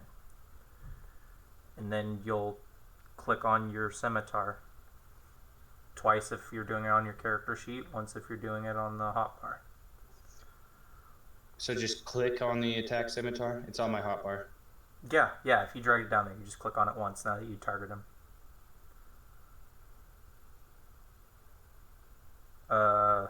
Did that come out right? What the hell? It did. My plus is off. It should be a +5. Then your scimitar... Well, you didn't target him, first off. It says in my combat tracker that I'm targeting the scorpion ghosts. Yeah, I've never... Oh, I still have my... Okay, so when you gave me that spell combat special attack thingy in my actions, I was fucking around with it, and I can't get rid of the -2 from spell combat. Like, it's stuck on me. It's an effect, so you need to go click on the effects button on the combat tracker and then get rid of it. Because you're talking about the -2 for your attack, right? Yeah, which was coming from my spell combat ability, which I'm not using. Yeah, so that'll be an effect that has to be applied and taken off every time. Unless you just do it in the modifier thing. But I assumed you were doing spell combat regularly, but that's my bad. So on the combat tracker... I would, but if I, like, move... There's a lot of things that make it to where I can't do it. Like, moving right now made it to where I couldn't do it. But I'm trying to do what you said in the combat tracker, and I still can't get rid of it. So, yes, if you've opened up the effects, you probably won't be able to get rid of it, because I think I'm the one who applied it, not you. If the GM applies it, you can't get rid of, so quite often I'll have you guys apply your own effects to yourselves, so you can get rid of it while I'm taking care of something else. Alright, do you care if I just use the modifier then? No, I just took it off, so just... Oh, there it goes. Untarget and then retarget the scorpion, and we'll see if this, actually says you attacked him this time. Alright, so to untarget, because he still shows that I'm targeting him. Yeah, that's target and untarget is what that is. I don't know why it didn't have you target him. I've never seen that happen before. Okay, you have him untargeted. You did it multiple times. There you go. Okay, it should work now. Alright, so I hate to be this guy, but from here, you want me to grab my attack scimitar and then just throw it into the chat window? No, you don't need to throw it. You just need to click tap it. Yeah. Okay. You never need to drag it into the chat window unless you're just using one of the dice from the bottom left. Yeah. I don't know. I'm pretty sure it's something on your end because if I Oh, I don't doubt that it is. did you drag the gray attack box? Is that what you dragged? Yeah, so I have my scimitar attack hotkeyed to 1, and just now I just tapped it. Well, I just rolled yours and it worked, so I think you need to re-drag the scimitar because I rolled it and on my end it said you hit.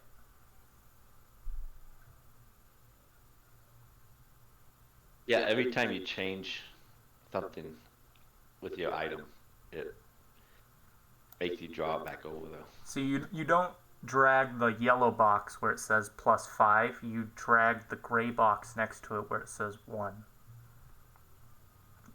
All right, I did that. Do I need to retarget or anything? No, you're still targeted, so try it again. Hopefully this helps anyone else. Yeah, see, there you go. You're good. Sweet. It was just the wrong box. We're good to go.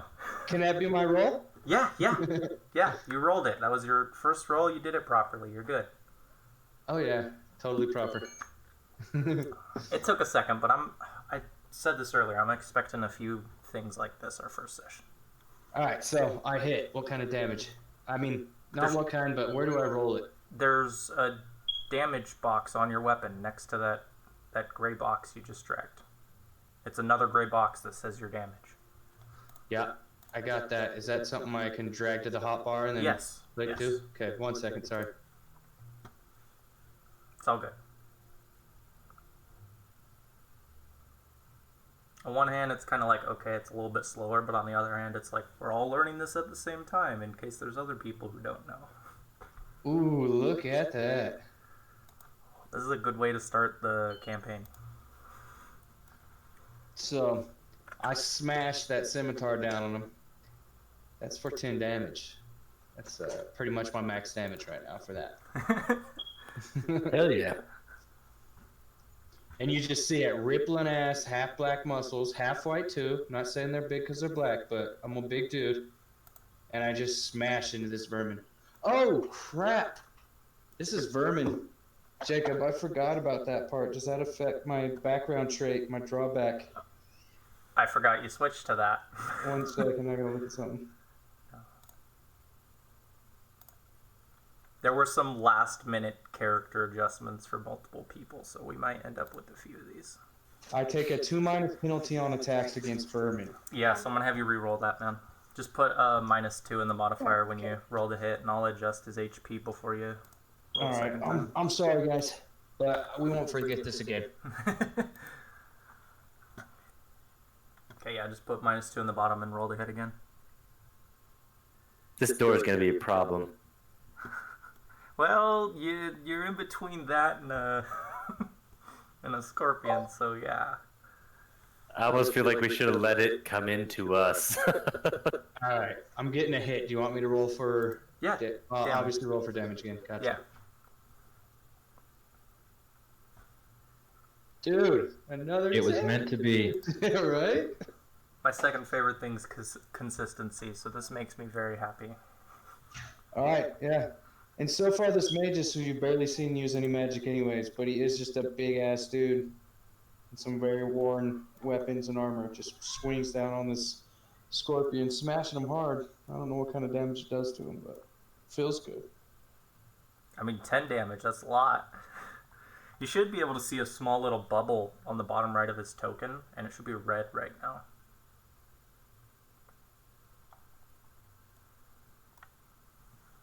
But you can't tell the exact number. I'm not going to give you guys that. That's just gamey. He does look heavily damaged, though. Like, you cut open, so some of those insights you could see earlier, they're on the outside now. There is a Slayer ability that allows you to get exact hit points. But you're not a Slayer. That's true. So irrelevant. Okay. So when you guys finish your turns, on the combat tracker in the bottom left, there's a black arrow pointing down that you can click on. Well, black background, white arrow. And that'll end your turn.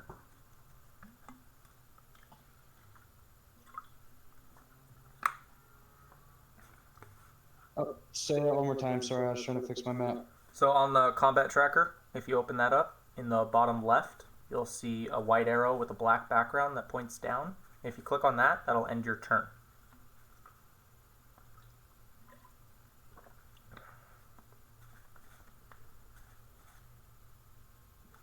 Boom. You're so slow. It's gonna happen the first time, especially when there's people new to Fantasy Grounds. Alright, boss, come and figure out the scorpion.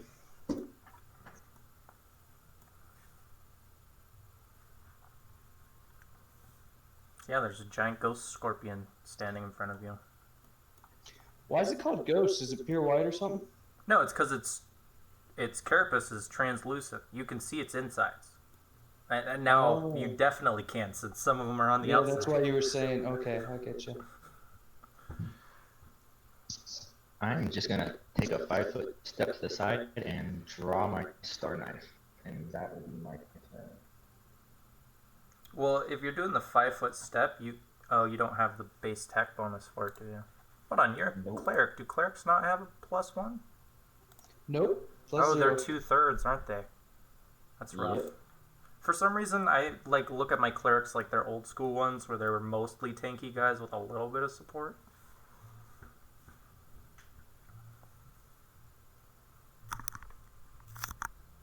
Okay, you're up, Bryn. Lamb's up. No, I gotta get the map back up. Hold on. You guys should always have the map in the background when we're using it. I do, but it moved it all the way down to the bottom map. And I can't this map is the hardest thing I'm dealing with, is trying to make this map to where it's usable. Really, is it? It shouldn't be moving on you guys. Yeah, it was right in front of my face, and then it went through the path of tone. It went down to the bottom, and I can't see it. Oh, okay, that's weird. Yeah, it did the same to me when he ended his turn at first. It popped it down to the bottom right of the screen. Yeah. When you make it a background image, it actually makes it harder to move it around. But, whatever. I mean, yeah, the sensitivity should be different because the idea is it's the main thing you're looking at. I don't know if that's in my settings. I haven't heard this issue before, but I will look around while you guys are doing your turns. Okay, I will use my move action to steady my aim using bullseye, and I will take a shot at him. Okay, he has partial cover.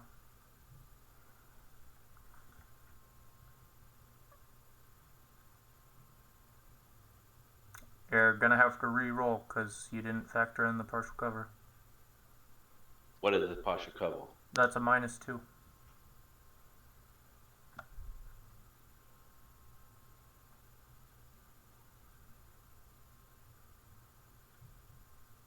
There you go, bud.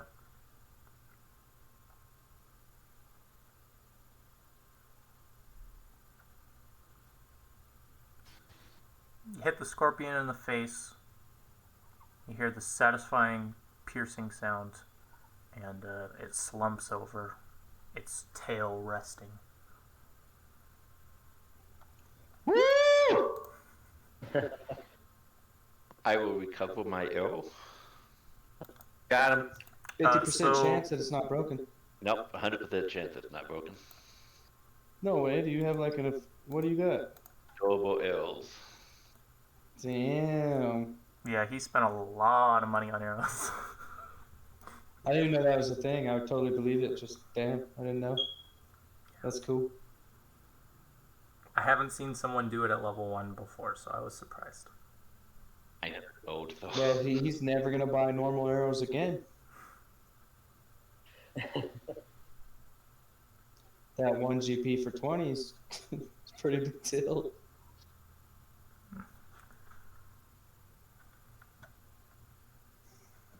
Okay. So are we out of initiative order again? Yeah, you guys are no longer in initiative, and before we get back to the sliding door with the spiral on it, I would like to take our first break since it's been almost 2 hours. All right. Sweet. Okay. Then I will be back at 15 after. All right, sweet.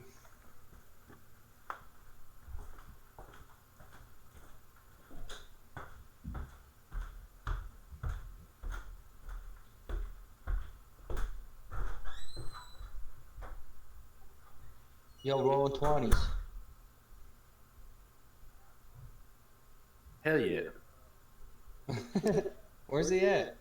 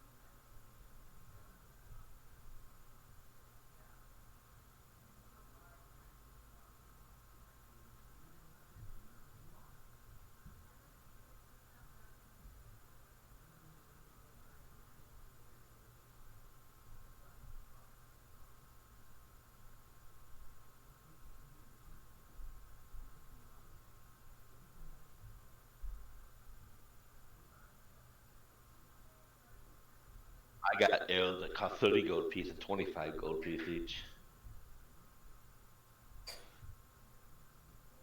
Not many of them.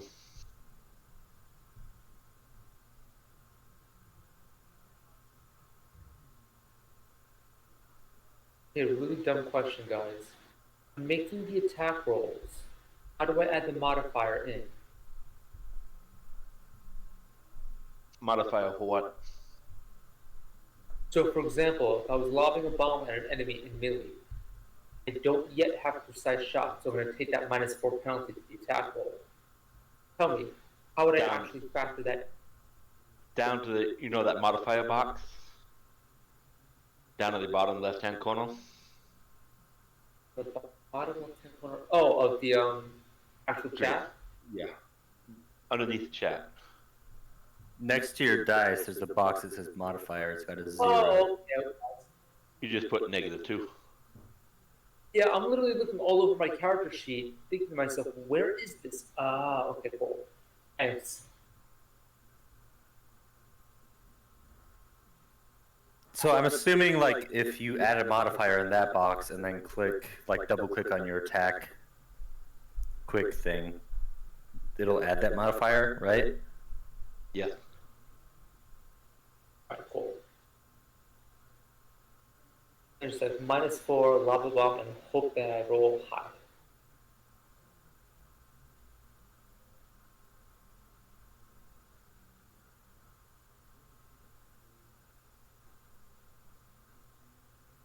How do you guys think it's going so far?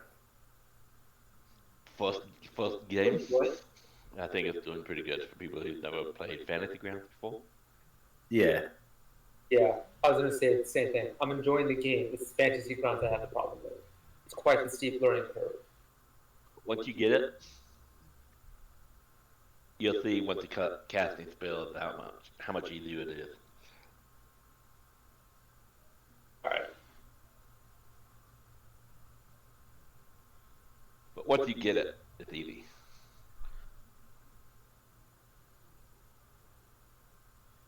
Like one of my jobs is user experience design.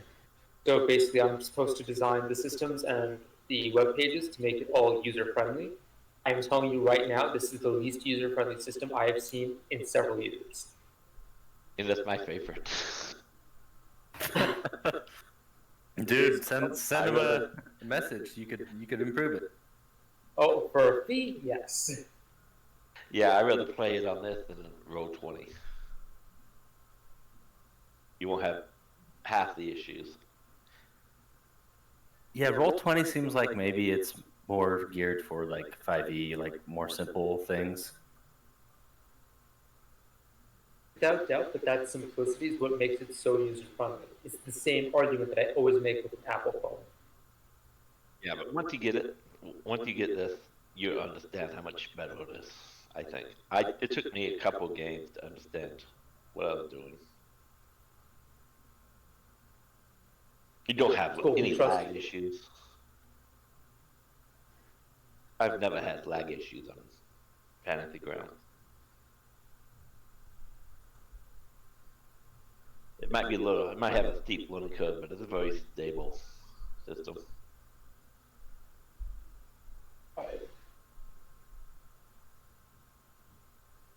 And the drag and drops help a lot. Something you don't get with Pathfinder in Roll 20. Oh yeah, that made my life so much easier. They don't even have character mentors. Yeah, they have character mentors. They don't have character mentors with Pathfinder 2. But yeah, when you start to level up, and it would make it easier. Just give it time.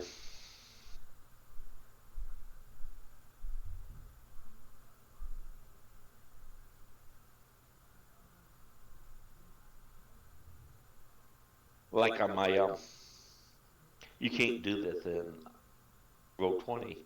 Like on my favorite enemy, I can get a code that my favorite enemy will always get a +2 or -2, +2 and +2 to attack and damage, but it will only target the undead that I'm firing at. So if I fire at a human, I don't have to worry about it.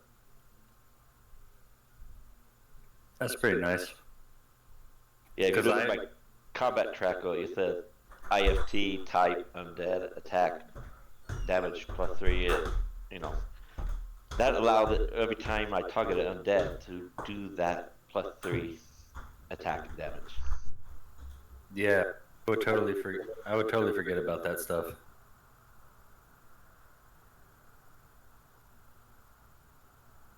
And if when I get my other favorite enemy, I just add another one of those for that enemy.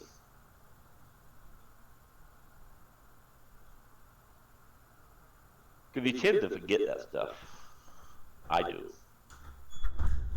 One thing I noticed was in the combat tracker that like my power attack was the default, so I might have to ask him how to just do a regular attack, but I don't want to do a power attack. It's an effect, so we can take it off. Oh, cool. Yeah, I'll probably have to, because I'm sure I was the one who applied it. Yeah.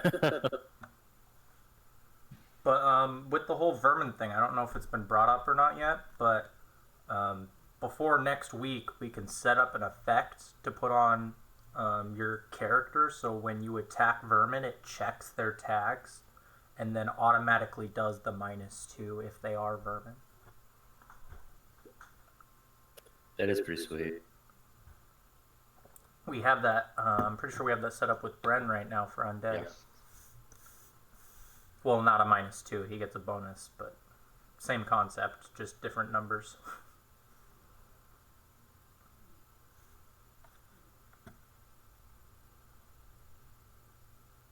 Okay, so who do we have back right now? I know we're a minute early, but if we're all here, I can start.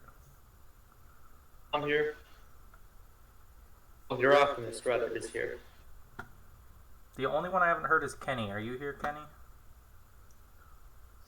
Yeah, I'm here. Okay, cool. Then we can start a minute early if everyone's all right with that.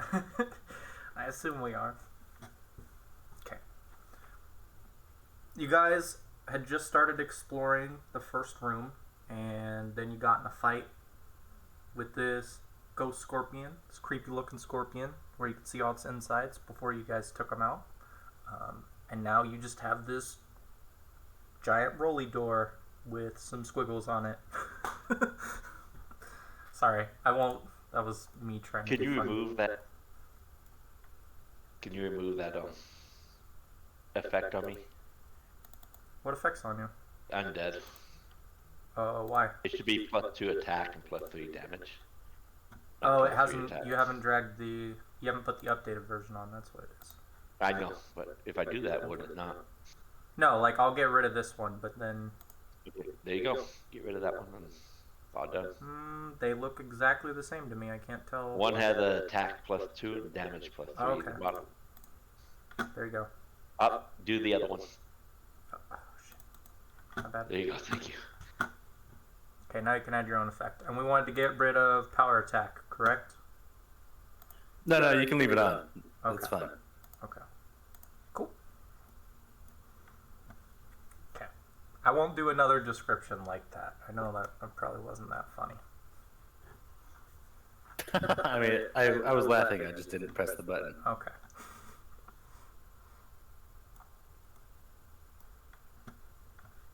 All right. Does somebody want to look at the door? Or I check don't know. for traps? Finder. I think we should just open it. One person at a time, please.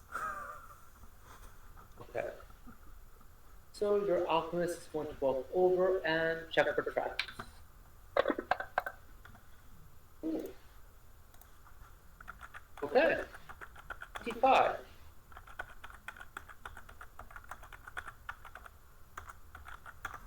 Okay, wow, that was actually a pretty solid roll. I mean, it was a good roll. Okay, no, this does not seem to be trapped. Alright, so I'm gonna take a moment, glance it over, and give the thumbs up to the paladin, and I'm gonna step to the back. I think I'll join you.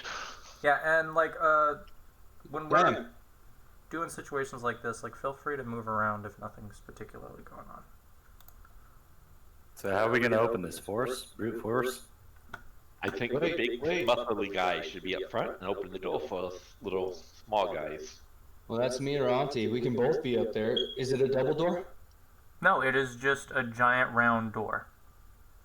All right. Well, a quick question to Lamb. And Minolin is looking at Lamb right now. Are you able to harvest any of the poison out of this rotten carcass? I could try. Get to it. I'll put that poison on my blade any day. Okay, so nobody told me they wanted to use rules from a source book I don't have, so I didn't prepare for that. Sorry, man. It's at an Ultimate Wilderness, and yeah, no, I know what it is. I've used it before, but it's been a long time, so I didn't think anyone was doing that. No one brought it up as like a thing they want to do or part of their I story. didn't know you could. Yeah, there's like a couple different systems. Like one of them's called like trophies, and you can do different checks to try and harvest important things from monsters. So like poison in this case. But if that's the thing you want to do, then I will make sure it's doable next session, and I will retroactively let you roll for that. Sweet. Just for the record, an alchemist is probably best for that. Alchemists and people's survival are actually equal in harvesting poisons from monsters, at least. Really? Alchemists are better at making poisons out of stuff harvested from monsters. Oh wow, I didn't know that. Just throwing that out there. Yeah. Oh, cool. Did we lose Roland? Did we? Like in Discord? I think so. See him on Fantasy Grounds, kinda. He doesn't have a token anymore. Where'd you move yourself to, bud? I don't know. I'll just give him another token. No, you guys are probably stacked on each other. Yeah, don't stack on each other. I was like, I'm here. Yes! I couldn't see you behind that big hulking paladin. Alright, should we strength this door open? Oh yeah, I've sheathed my scimitar, and where's the crowbar at? Oh wait, is this thing locked? Oh. I guess I'll roll perception on the door to just kind of see the mechanisms of it, if that's okay. Okay, yeah, so the wheel has edges that you can't reach for leverage, but it's like the track, basically, that it moves on. And once again, you guys can all, like, try and move this. Oh, so it's something like we're trying to roll the door to the one side. Yeah. To make for the opening. Yeah. So not a hinge, but And like a find Jesus behind it. Yes, you're gonna find Jesus behind it. Sweet. Well, actually, you're gonna find Jesus. But you can look. What are his domains? You don't want to know. Fried enchiladas is the third one. So strength aid checks. Yeah. Once again, 3 people to roll for aid, and then 1 person to roll to open it. This one, a crowbar will help on too. Oh. Wow. Hey, I helped. Hey, Redemption. So, are we missing someone on this roll? Well, I need the primary roll now. Well, I got 2 Amaris. Oh, rolling 20s ain't doing nothing on this one. So I got a +4 and then a +2 from the crowbar, so +6 again. Yeah. It seems to be that way no matter what. It makes sense with your averages, though. Sorry, that wasn't a strength roll. My bad. Hold on. That's okay. We're tired. You're tired after the battle. That exhausting 6-second battle. that one swing. We had to Take run. fun. Remember that. He ran, too.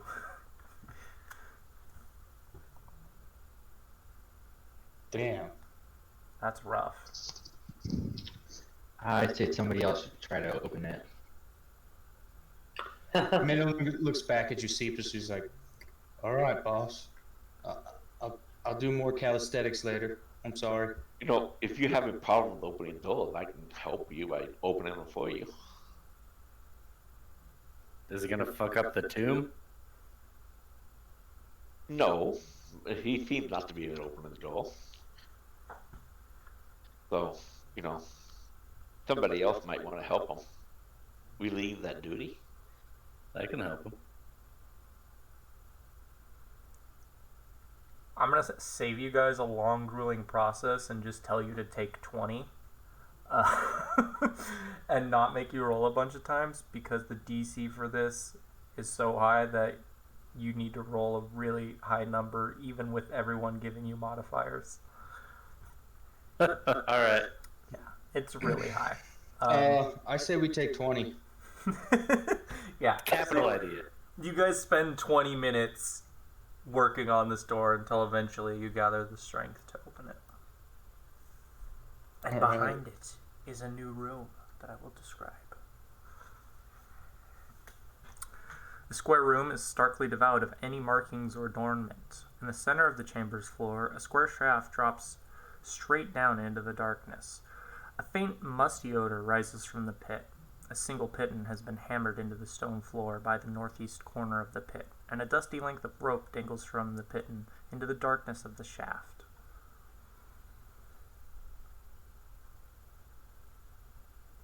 Shall we enter? Yeah, get in there, boys. I'll follow you. Boss, you care if I go in here? Oh, Auntie's already doing it.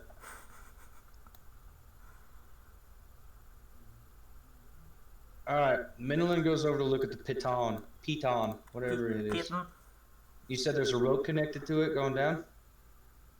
Yeah. Alright, I start hauling it up, the rope.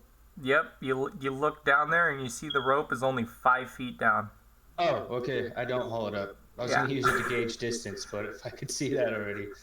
Yeah, and the shaft goes about 60 feet. Oh. Guess we need to replace the rope. Alright, is there anything on the walls in here? Hieroglyphics or anything?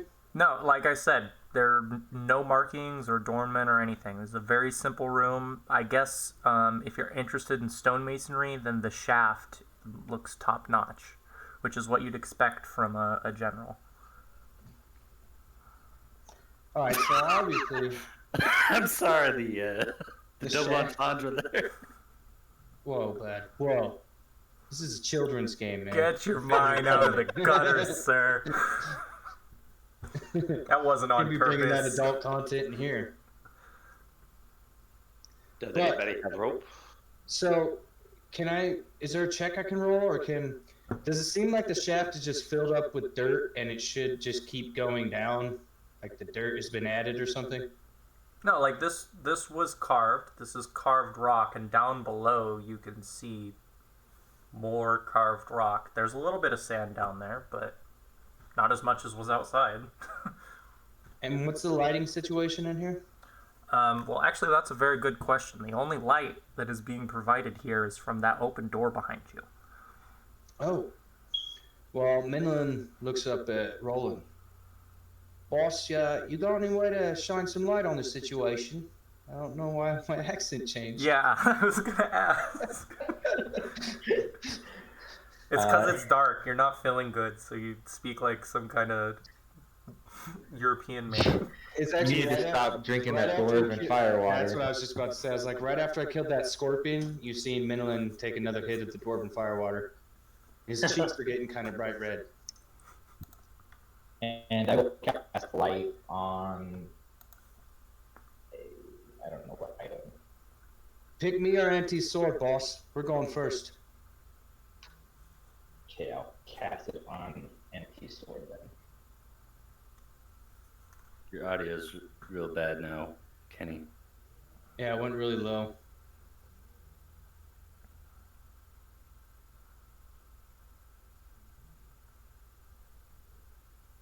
No, I mean he can work on that while we're continuing. Not I gonna will. end the game. I was told some silk rope to Midland. Who was working on the rope? I was gonna pull it up, but if it's only 6 feet down, like once Auntie gets the light, my guy's gonna jump down in the pit. You're gonna jump 60 feet down? Oh shit! I thought it was 6 feet. No, the rope is 5 feet and the shaft is 60 feet with a 0. Like the Sorry. ball's on this man. just ignore me. I'll toss you some silk rope I have. Oh, nice. You can use this. Yeah. No, I don't also do have that. 50 feet of rope, so I need that for something else. Sorry. That so changes my whole perception of what I'm seeing now. Does anybody I thought it else was have like- rope? I thought it was like a little pit, like a little excavation dig. It was just only 6 feet deep. No, this is the only way you see that would take you farther into the tomb. Yeah, my bad. Well, I take that silk rope if no one else was doing it and wrap it around that piton and lower it down. No, Lamb pulled it out and then said that he needs it for something else and took it back. The get out of jail free card. So we have no rope. No one had any rope. Oh, Lamb took it back because Yes. he didn't have it. No one else has rope. Do you though? No. Yeah, I have it. You can use it. If no one else has rope. Where's the fucking rope, mate? What kind of adventurers are you? I'm just sorry. I was a bunch of amateurs. guys, Amari has rope. Have any of you okay. guys watched Boondock Saints? Okay, never mind. That's a tangent. We All might right, need so you. Amari gives us the rope, and we use it to climb down. Yeah. Do you want us to make checks? No, it's not hard. Like there's a chance you fall, but that would also be me pretty much saying you died. So Oh, well, yeah. you I wanna- don't like that either. if you want to take 10 just to call it safe, we can just ignore doing a bunch of rolls. Let's do that. Okay. All right, who's going? I look over at Auntie. You going down first, mate? Hell yeah. All right, I'm gonna go right in after Auntie. Okay. Alright, then I'll go. So everyone, before I do this, should zoom out, so you have like a much bigger vision than you probably had, focusing on the area you guys could see. Because I'm gonna move your tokens to a new spot. That's why I'm saying this. We got Auntie going down first, correct? Yep. Correct. Okay. Who's next? Men. Okay. And then Lamb will go next. Lamb is down. There we go. That. Okay. Can all of you see your tokens? No. I can. Mine's off into the darkness, southeast or west. Should just be like, yeah, south of where you were. Yeah, just a little bit down.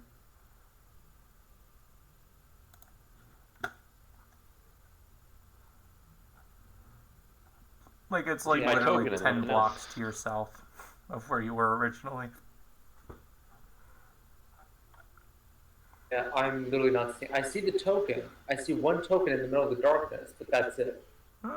Okay. Is that what everyone's getting? I'm just getting my token in the middle of the darkness. I can see our old map right above my guy, like 40 squares or 40 feet up. Same. Okay.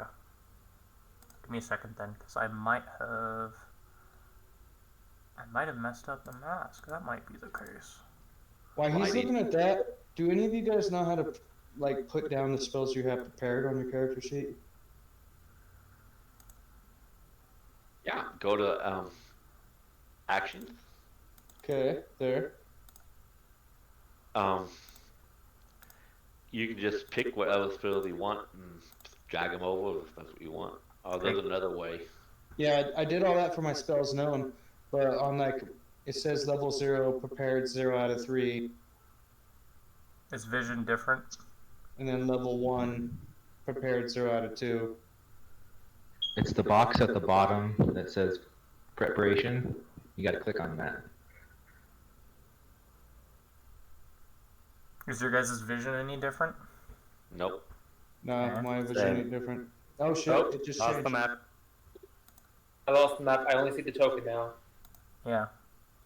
So this should be right. The map just popped back up. Yeah. Hold on. What about now? Yes. Okay. There we go. Follow-up There we go. question. If I extend it to the left, can you guys see more stuff? I see a The door was vague shut. outlining of vision lines. Like just an extension of the rectangle, vaguely phallic. No. No. Until we open the door, I'm not gonna be able to see anything. Yeah, Yeah, in the that's corner I what see I'm some saying. lines that show light, but nothing else. Yeah, that's what I was asking. Okay, cool. Yeah. Then I can actually I can fix that whole problem right now. I know how to do that. It should not happen again on this map. You guys are good. Because that was So, me my- testing those line of sight types that we talked about at session 0. And I guess I just didn't turn one of them off. My question for the group is, how do we see? Because do we have torches? No, we have Oh that. no, we got light on your sword, buddy. Oh, thanks. Cool. Yeah, I cast light on your sword. That came from Ryland 20s. Yeah, I heard you cast light. I didn't realize it was my sword. That's Cool. Desna's light, just so you know. If you don't like Desna, I'll get rid of it. It's fine for now. That's very Just don't- confrontational.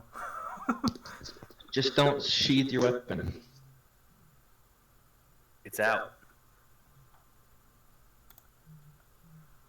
Let's open the door.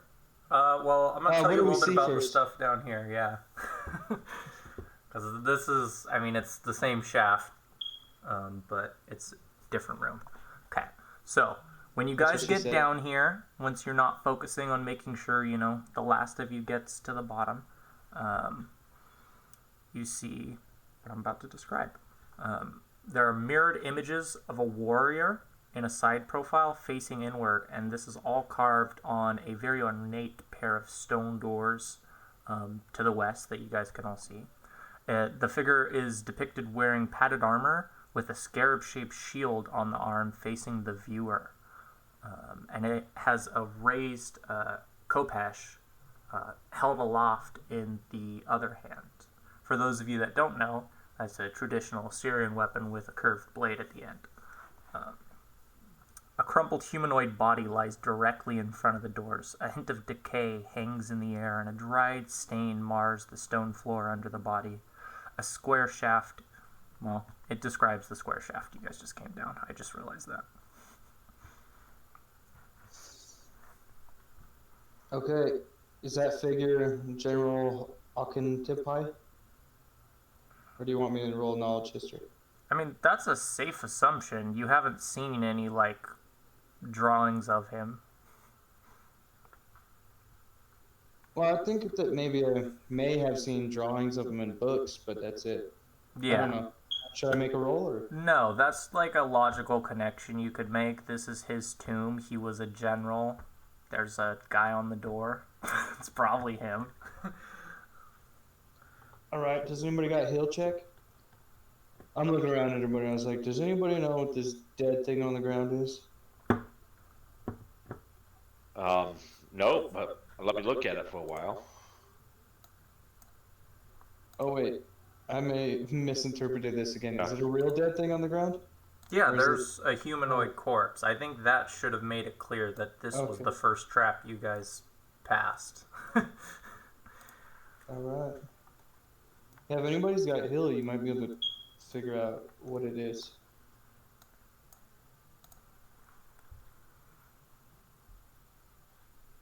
That means no one has hill.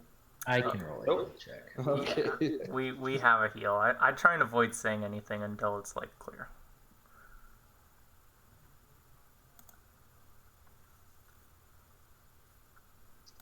He's dead.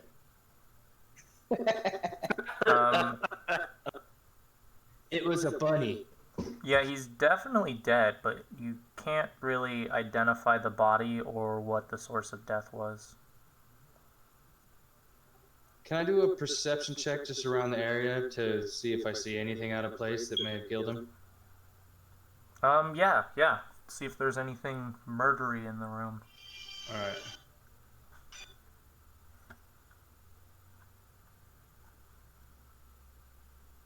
Yeah, no, there's nothing particularly threatening in here. This room seems super safe to me. Would you allow me to do a perception check? See if I see anything? Well, not right now, because you're focusing on the Okay. healing. I assume he's doing that. There's no need, Lamb. I checked the room. It's safe. The one that couldn't open the door? Want me to trust someone that can't open a simple door? Hey, man. With all those muscles you have? Well, he gets a pouty face and then takes another swig of his dwarven firewater. Puts it back in his pouch. You know you're gonna get addicted to that stuff, right? There is an addiction DC, but I have to hash it out with the GM later. Let's check to see if there's any traps on this door. Okay, yeah, perception check. Okay. Boss, I already checked. It's good to go, bud. Yeah, no, so this I is want different. the This is skilled different. trap checker to look. for Yeah, me. this would be Amari, like, spending time checking this trap out. Yeah, so Amar's gonna like, excuse me, sorry, this is my thing, excuse me, watch out, move. Okay, awesome. Yeah, like, doesn't look trapped. Unless there's something behind the body, you're good. Alright. So he's gonna give the thumbs up, and again, he's going to step to the side. I look at Open you the door. and I think that's a good idea. I'm gonna do the same thing. So when you guys are I'm moving gonna get around, behind the make sure wall. you're moving to a square that, like, is actually a square and not, like, in between squares. Oh, okay. Okay. Who's moving this guy's corpse? I'll pick it up and move it. Any kind of strength checks or anything? I'll put No, it in the southwest corner. Okay, good to know. In case it Right decides where to my eat token later. is now, I'm dropping it off, and then Yeah. I'm going to go back up there next to Auntie. Okay. It doesn't say or do anything when you move it. Wait, does anybody... Never mind. Oh, come on. There was something you were going to say.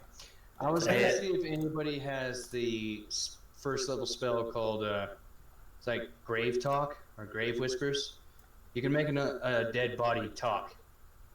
Well, But it's I second mean, level spell. All we got is good clerics and all that shit, so probably not. And I wouldn't even know that, because I'm not a divine caster, so... That's why I just stopped talking. That's fair.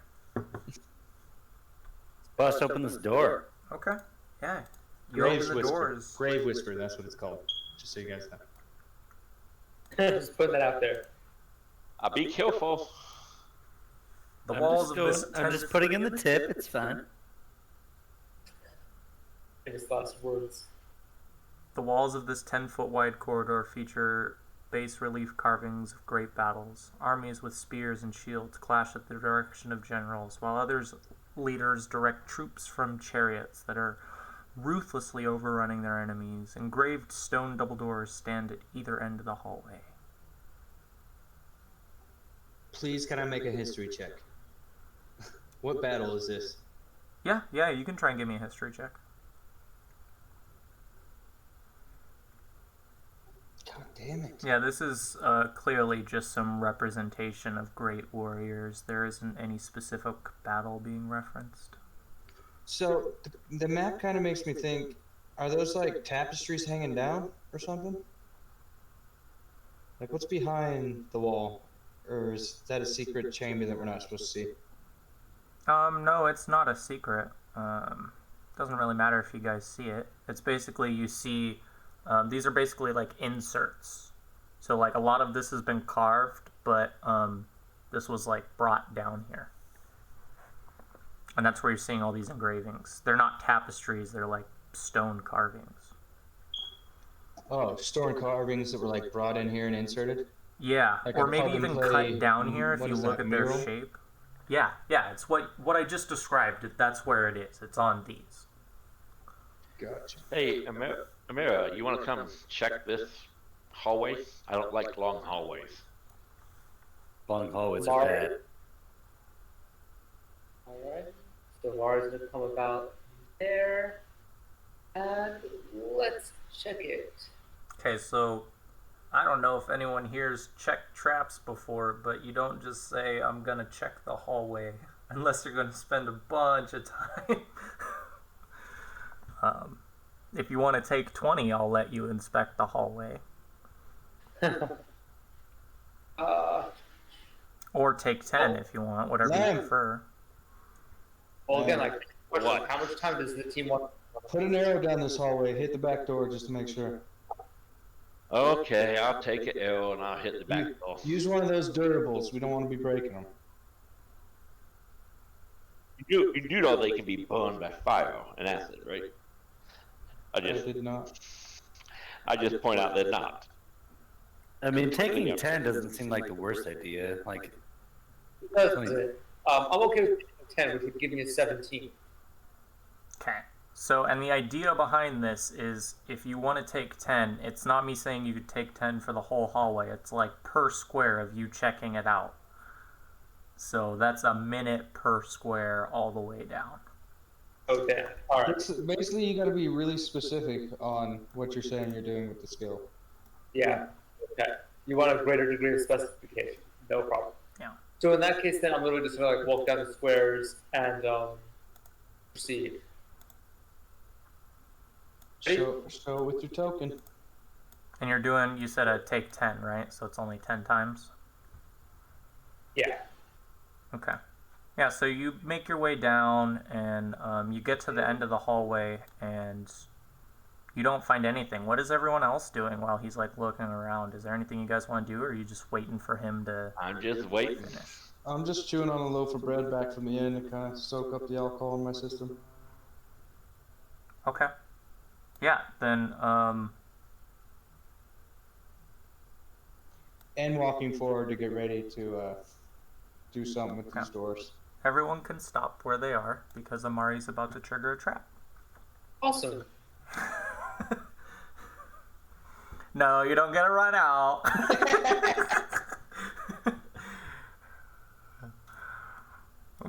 Okay, yeah. So basically what happens is as Amari makes it towards the door, he gets a couple feet away from it and you hear this stone slide down as you step on it, Amari, which activates a volley of darts across the length of the hallway from behind these stone engravings you were looking at. Or inside, you can't really tell.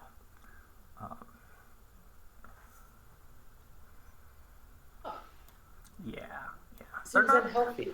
Yeah, they're not that bad though. Like honestly. you guys have reflex cats? save or what? Or is it an attack roll? No, it's gonna be me making an attack roll. Okay. It's just traps are weird to do, so I have to like add it in here and then do this. So, just to be clear, Amari was taking 10 down the hallway, so the only results you were taking were that 10 plus? Yeah, which her is his 17. So, if we would have just gone square by square rolling, we may have had a better chance of getting it, or even a worse chance, right? Yes. Yeah. Yes. Okay. Alright. Live and learn. Well, let's see if we live. Then we'll learn. Yeah.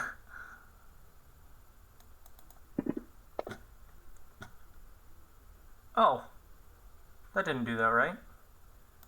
Why do you do this? All I saw was the shadow of a d20. I'm trying to put the fear of Oh, God yes. into you guys. Oh, Automatic hit? What's up with that? that was a Got crit crit. on Min. Damn.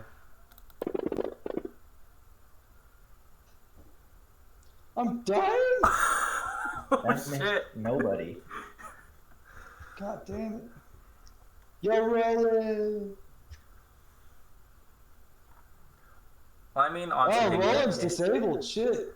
You're at fucking 0. Jesus.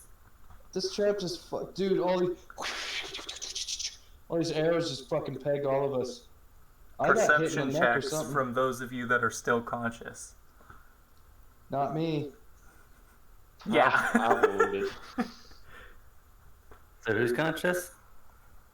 The only one who isn't Lamb. conscious right now is No, Min. Amari's still alive. Yeah, it's just Min that's not conscious. Disabled means you're still conscious. You're just on the brink of death. Fun. We got healing? That's funny. I was just eating my little loaf of bread that I had out, walking towards the door, and then whoop. Oh, you see my little hand drop down on the stone, and the bread roll rolls out of That's a it. yes, okay. So I can still do stuff being disabled. So Yeah, I'm asking you guys for a perception check though, like everyone who's Okay. everyone but Min. Perception check.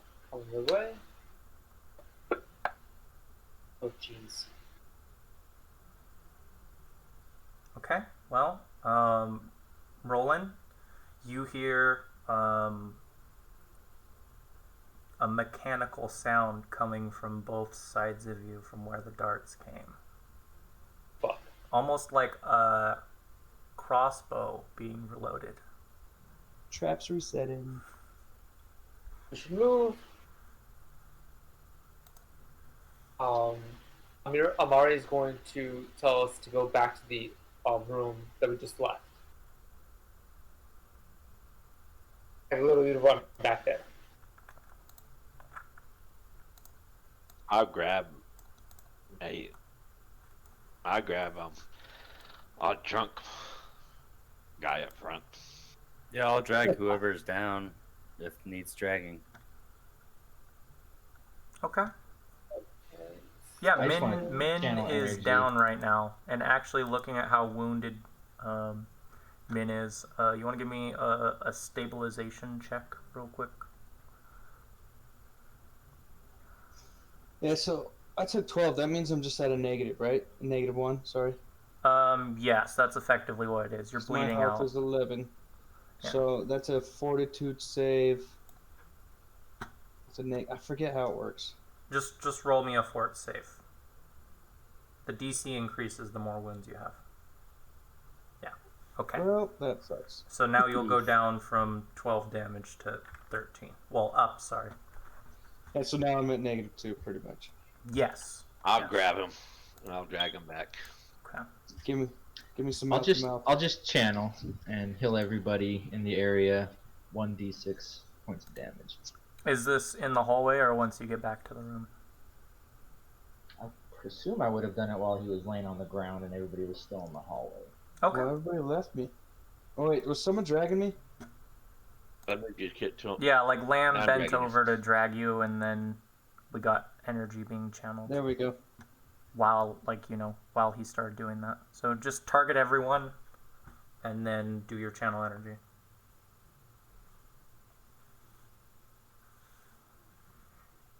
Yeah, traps, man. For those of you who haven't experienced them in Pathfinder, this is Yep. this is a standard trap.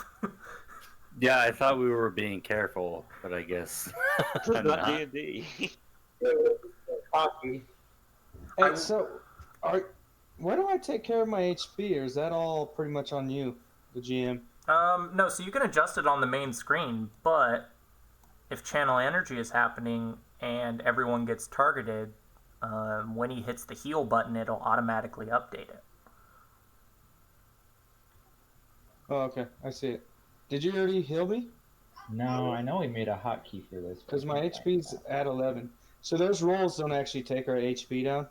No, you'll see a tracker slightly to the right of it where it says wounds. Oh yeah, I'm at. Okay. Yep, I get it. That's where it keeps track of it, because HP is actually max HP, even though it doesn't say that. Yep, it should say max HP. I get it now though. Yeah. Well, these wounds ain't going down, Roland. You gotta click on it.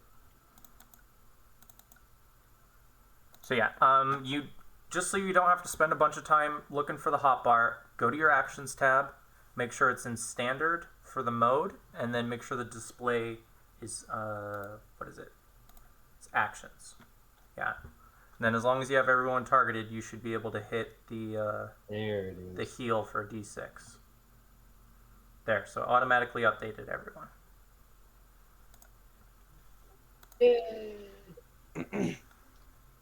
Can I get another hit of that? You got I any wake up, more of those cough channel out some energies? And I'm like, can I get another hit of that? Yeah, I definitely need more too. Ooh! Awesome. Oh yeah. My wounds are all closing and everything, and I jump up. I'm like, what happened? You've been drinking too much and you almost died because you're an alcoholic. Damn. He does not lie. So, and he pulls the arrow out of his neck, or that was falling out of his neck, and It's he's actually a dart. like, "This happened from drinking." Yeah, if you didn't drink all that fire water, you would have been on your toes and wouldn't have been almost killed. All right. And he pulls out the firewater, uncorks it, and then puts the cork back in it and puts it in his pouch. Ugh. I'm not getting rid of this, mate. It cost me a pretty penny, and I still have 14 shots left in it. Then wait until we're out of danger. Hold on, so are you saying that you've drank like 35 shots today? Well, I mean, a typical 750 milliliter, if I remember correctly, should have 18 shots in it.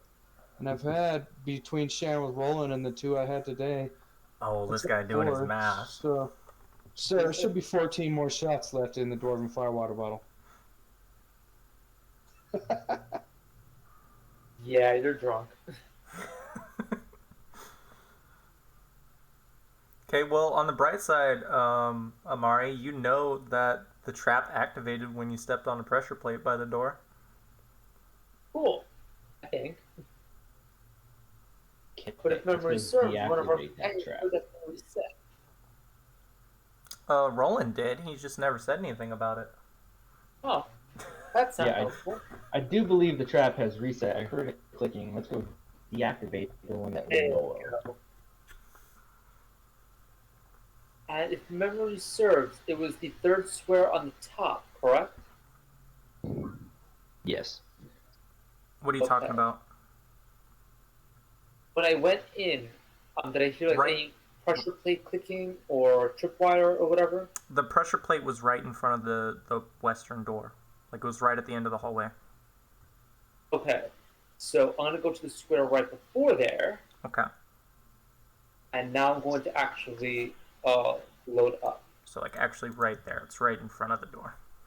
Okay. We're all gonna stay There, back here. and- Yeah, I'm gonna look at you guys and be like, listen, just for the record, I like living. So here is a disabled Don't device mess check. up. No promises. I'm gonna try really hard not to mess up, but no promises. I messed up, guys. I didn't see it all. Yeah, I don't see your roll. Alright, hold on, let me try that again. There is a chance it's delayed. That happens every now and then, but I don't see it. Alright, I'm gonna roll it again then. I can hear it rolling on your end. Yeah, I was gonna say the same thing. Are you I'm rolling? not rolling? You're not rolling an actual physical dice, are you? I am. Okay, Oh. no, that doesn't work. Let me just double check it. There you go. There we go. There we go. Okay, I yeah. just double- Now that you know where the pressure plate is, I assume you have a dagger. Please tell me you have a dagger. Of course, I'm not a total amateur. Okay, well, you guys, I didn't like do a party check for the inventory, but you guys have missed some very basic adventuring gear today. I don't have a dagger. If you are from this continent and you don't have a dagger, you are an anomaly. Especially if you're Osirian, because in Osirian there's a special emphasis on it. Those are a sign of pride and accomplishment. Be it a peasant with a rusty dagger, all the way up to, the prince with his ruby encrusted dagger. Well, I didn't read that. I know. Yeah, that's why I didn't spend all my gold, because I didn't know what the fuck to buy. There's a lot of desert-based stuff you can go find after the session. So Amari I just spent all my gold. goes up to where he activated the pressure plate, and he identifies it. Right? It's this big, not even off-colored slab that just fits perfectly. If you hadn't have stepped on it, you wouldn't have found it. But now that you have, you managed to open it up just slightly using your dagger, and then remove the mechanism attached to the pressure plate, so it shouldn't activate again if you did this right. Okay. Yo, Auntie, get down here, Auntie. Check the other door too. I'm coming. It's Oh, all see, part yeah. of the same pressure plate. Oh, Okay, so it's completely clear then. As far as you can tell. God damn it! Now I'm doing the other perception check now. What perception check? You don't just get to do a perception check. Unfortunately, now you're making me paranoid. So yeah, Oh, I'm doing that on purpose. on the adjacent square, I did like another perception check to make sure like it's done, but it's 12, so of course it's clear. You already checked that square. All right. You don't even need to. Okay. I would have told you if like to roll it if it was something worthy of note. You there, small man. Get out of my way so I can be in front. Hey, okay. Go for it. Yes. Now all line up behind the in the hallway. Pretend you're doing the Macarena. Okay, so have my Monty's the one ready opening for it. What kind of doors are we looking at? Oh, I thought I described them to you. Did I not? I got shot with an arrow in the neck, so I forgot everything. Oh, okay, that's fair. They're engraved stone double doors. Engraved with anything I should make a check on? No, they actually look familiar. Actually, they're the same engravings that you saw earlier. Are there any pressure plates? Are there any traps? The only ones you guys have seen are the one that Amari just disabled. Let's All bust right, these fuck it. Bust I'm them gonna- open. let's open these Don't doors let him, then. don't let him open it. He has problems opening doors. Let the paladin open it. Damn. That's pretty Ooh. judgmental. I've been trying the Some hardest. here. shade. Yeah, It a was little bit. 2 failed doors. Makes me Let's want to be- drink. He called you guys amateurs earlier, so he's already done this. If you drink more, I'm gonna throw that cask on the floor. Yeah, Okay. I might shoot it. Oh, my bottle? Yeah. You can't get it. It's in my handy haversack that the GM gave me. Yeah. I'm saying as soon as you pull it out, it's going on the floor. Reflex save, bud. I'm down. Try it. Well, it's not really happening, so we'll try it later. I'm But, warning. That's what I'm doing. But let's open this door. Yeah. I might just shoot it next time. Wait, wait, wait. Do we have to have a bro down between me and the paladin? Because I'm down with it.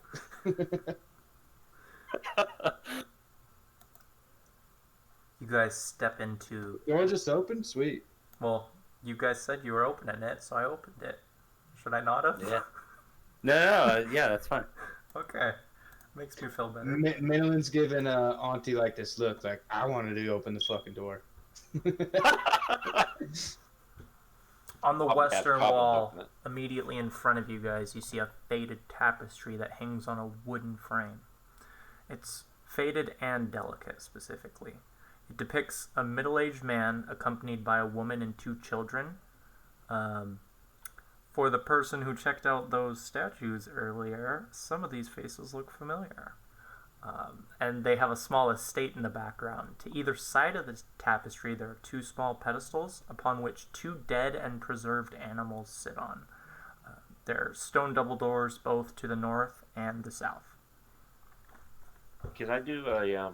Can I look around the room and see if there's anything more odd than dead animals on a pedestal? Yeah, if you want to give me a general perception check, you can. Let's see what everyone else is I was just about to say doing. that. Can I do a general perception, just kind of looking around? Yeah, if you're just looking around the room, yeah. What is everyone else doing? So I've been holding on to this, but I have knowledge nobility of the area. Could I use that to check the nobility of the figures I see? Yeah.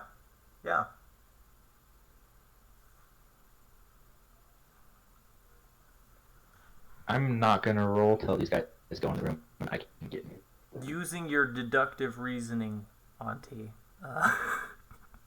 This is probably Akhentepe and his family, especially when some of the faces you saw upstairs earlier look similar to some of the people on the tapestry. I'm a truly smart man. Very smart. Though I will say, if you have knowledge local, that is the intended check for these people. Gotcha. So what is nobility for then? I guess just if I see a fancy person? Well, these guys aren't nobles. They're upper class. There's a difference. They're not in that bracket, you know. It'll come up, just not yet. And sometimes I will let you use it, but basically, if it has anything to do with nobility, then your check applies. But it has to have something to do with the nobility. I get his confusion though, because I've been calling this guy a general, and that's like part of the upper class, right? But it'll come up, just not yet.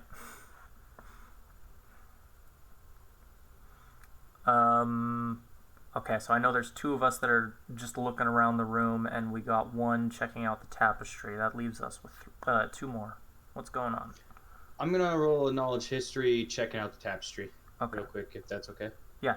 Next time, just say you're checking out the tapestry. Okay. Okay. Yeah. So, this is definitely Akhentepe's tomb.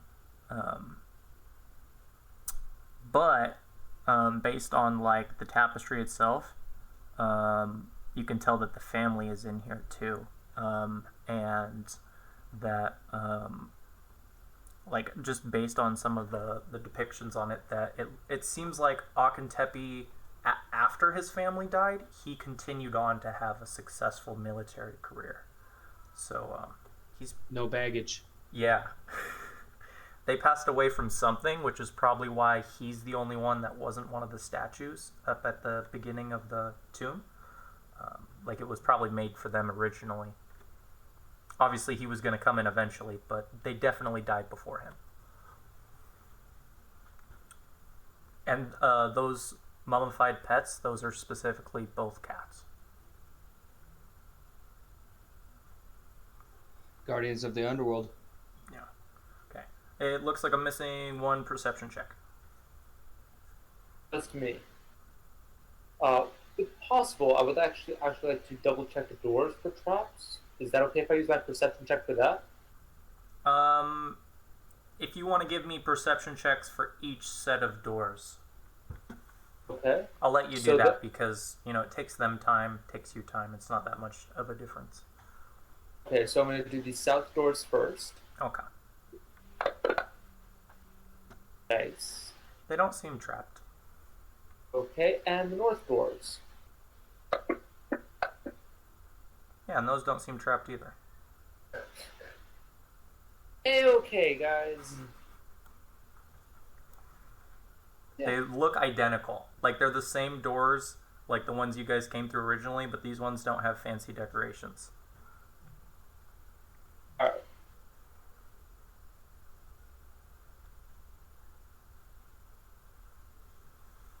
Well, there's nothing else in this room. I say we go to the north. There's got to be some treasure rolling.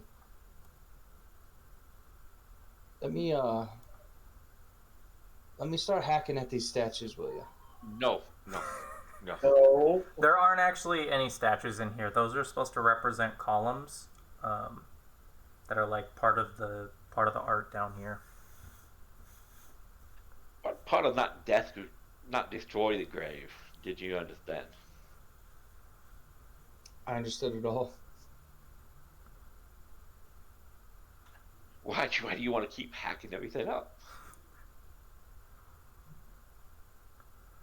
I mean, to be fair, like, this tapestry is one of those things that is, like, kind of iffy on your interpretation of the rules. If you guys wanted to take this tapestry, on one hand, it could be desecration, but on the other hand, like, this is also one of those artifacts they said you could get, so it depends on how you look at the rules. How Maybe valuable? on the way out. Can I value it? Yeah, if you want to give me an appraise check. Because I do have a praise. Yeah. Anyone who wants to can give me a praise for this. For all the praise.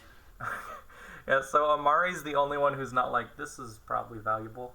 Amari, while this, like, is an ancient tapestry, it doesn't give you much information. You could probably sell this, but you'd probably need a specialist when compared to most things you're expecting to find down here. But you can make some decent money if you manage to, like, expertly remove it from its stand and found that specialist. Okay. I will relay this to my team, and then I will advise us all that maybe this should be on our way out. I think that's a very smart thing to do. I agree. This is going to require a level of precision that right now we're trying to clear the two and make sure it's secure. Or would we go up or go down? Don't worry, both doors are clear. No traps. Let's split the party. That's not. Let's go Never and split sit the down. party, keep the cleric in the middle. Okay, looks like north based on the way people are moving. Alright. And then some people immediately move south. Look at how humans operate. It's a coordinated party. Okay, you guys open these doors up, and you see a stairwell that descends 10 feet to another set of double doors. Don't like it. Perception. That's not how this works.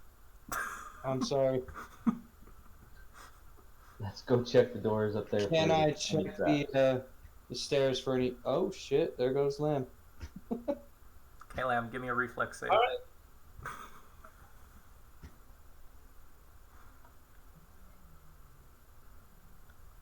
If there was a trap, you would be fucked. That's fun.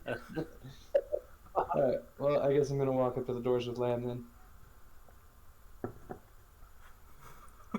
He's just like, fuck taking Roger, our what are you time. Let's go.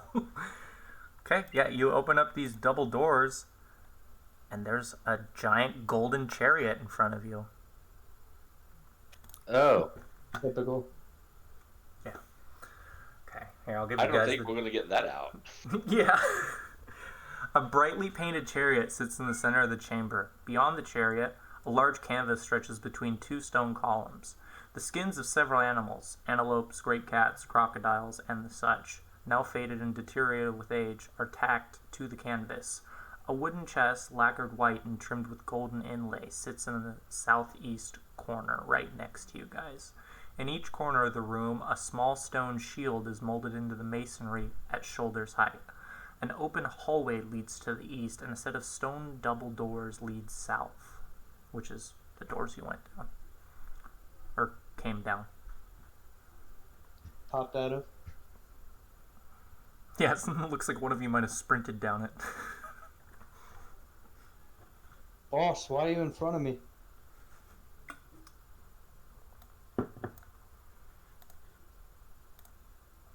I guess I'll move further in.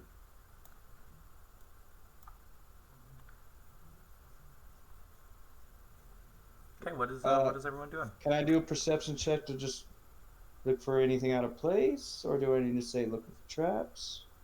Well, it's good to specify because one sounded more like Gotcha. just a general looking around the room, and the other one. I'm looking just general looking around the room for like hidden stuff or peculiarities and whatnot. Not necessarily traps right now, unless you give it to me. So I'll give you that, but I will let you know that if someone's like, "Hey, I'm gonna go check behind the tapestry," that it's gonna be easier for them to find something than you. Right, that makes sense. Okay. Okay. What is everyone else doing? I'm gonna check this bottom right corner of the room that I'm standing right next to. Okay, the chest. Yes. Okay. I tell you, let someone look at it before you open it. Have we not learned anything Wait. from the traps? Where's Roland? I don't see him. He's not on Be my my map. guest. Come up here and check it out with me. I'm gonna move down the hall. You guys can see Roland? Okay, everyone needs to stop.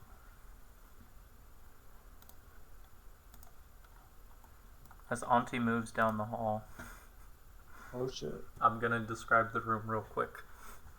A table displaying a three-dimensional diorama occupies much of the northern side of this room. 3 shields with different designs are displayed upon a rack against the eastern wall, while various weapons hang from another rack along the southern wall. Arrayed around the room are 5 small chests and a clay urn. But a bunch of these guys pop out as Auntie enters. Warrior dolls?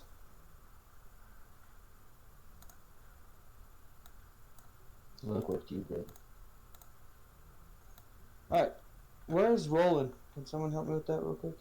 I'm by the door we came in, the chariot. All I see is Amari. Over by the door. Hello. No. Everybody, stop moving. I see a couple movements. I see Better everybody. move back. I would like initiative from everyone. All right.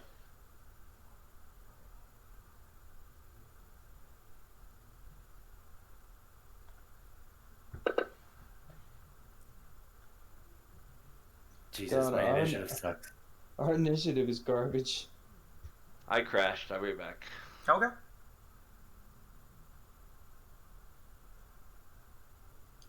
I mean, based on your initiative, that will be okay.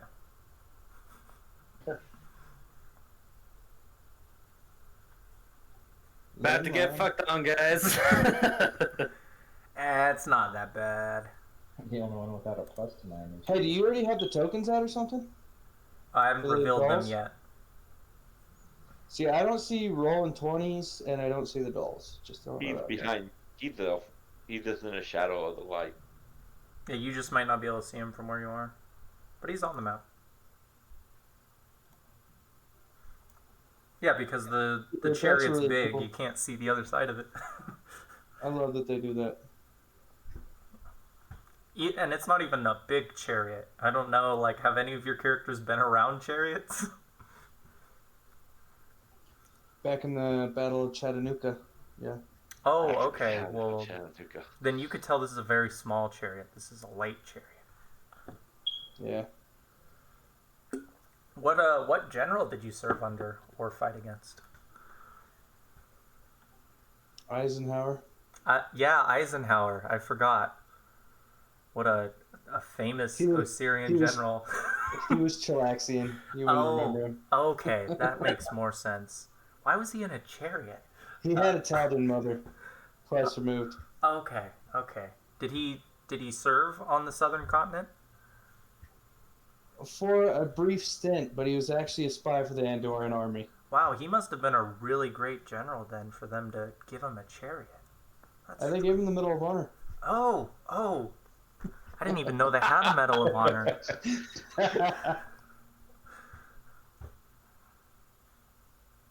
There we go. Okay. You're up, bud. Mr. Min. Oh shit.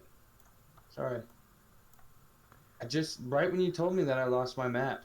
Hold on. 1 second. Probably because I adjust the initiative. I don't know why it's recentering weird on this map.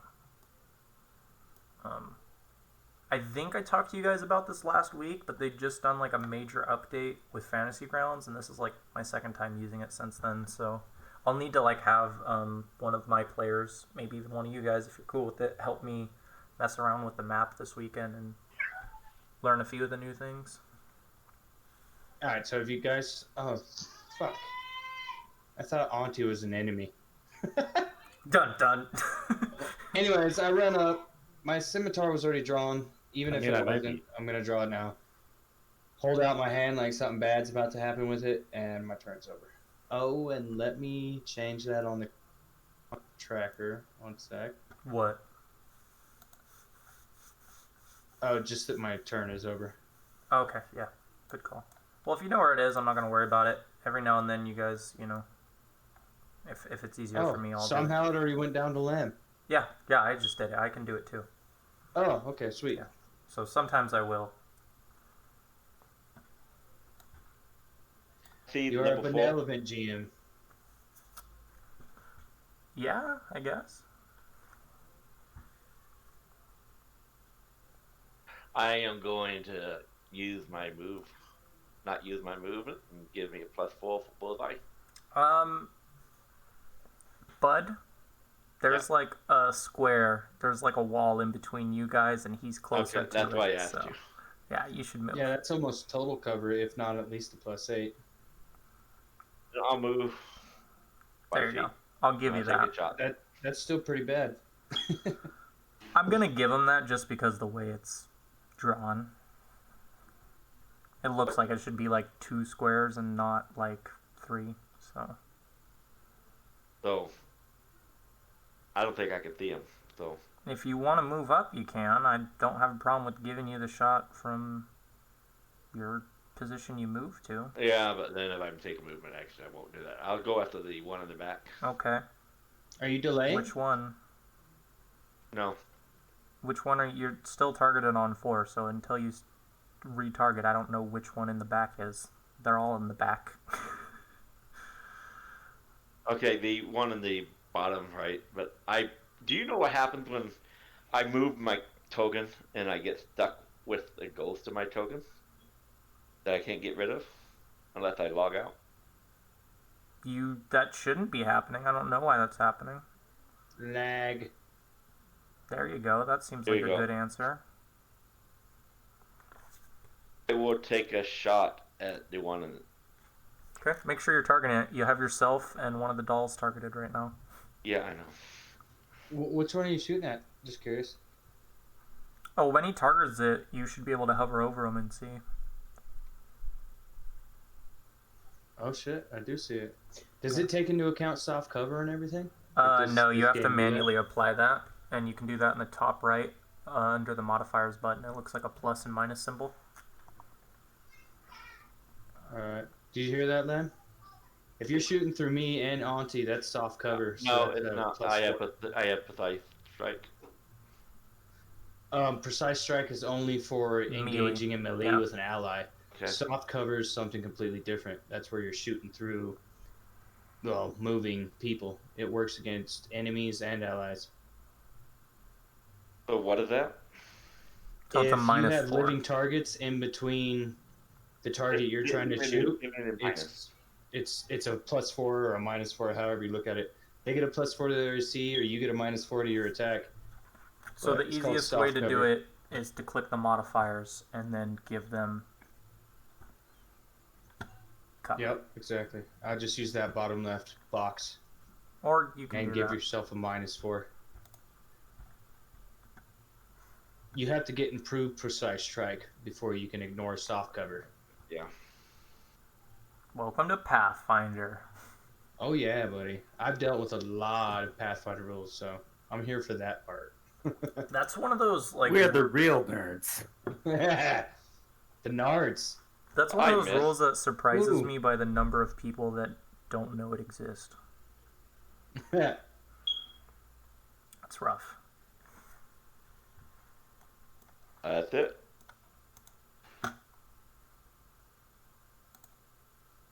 Was that a durable arrow? Yeah. Why do you ask? I'm just fucking with him. Oh,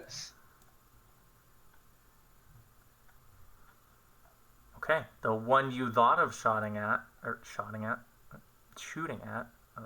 is gonna hop down off the desk. Go attack Auntie. That son of a bitch. Wait, how big are these dolls? They're Are tiny they small? sized. Oh, they're tiny? Yeah, they're like little toy figurines, like little G.I. Joes. Oh my god, that means their AC is fucking past 20 or some shit. It's Oh. high enough. They're little. I They- didn't know they were little. Alright. And it like hits you with its spear, but you notice it's like not sharp. It's blunted because it wasn't crafted with this intent.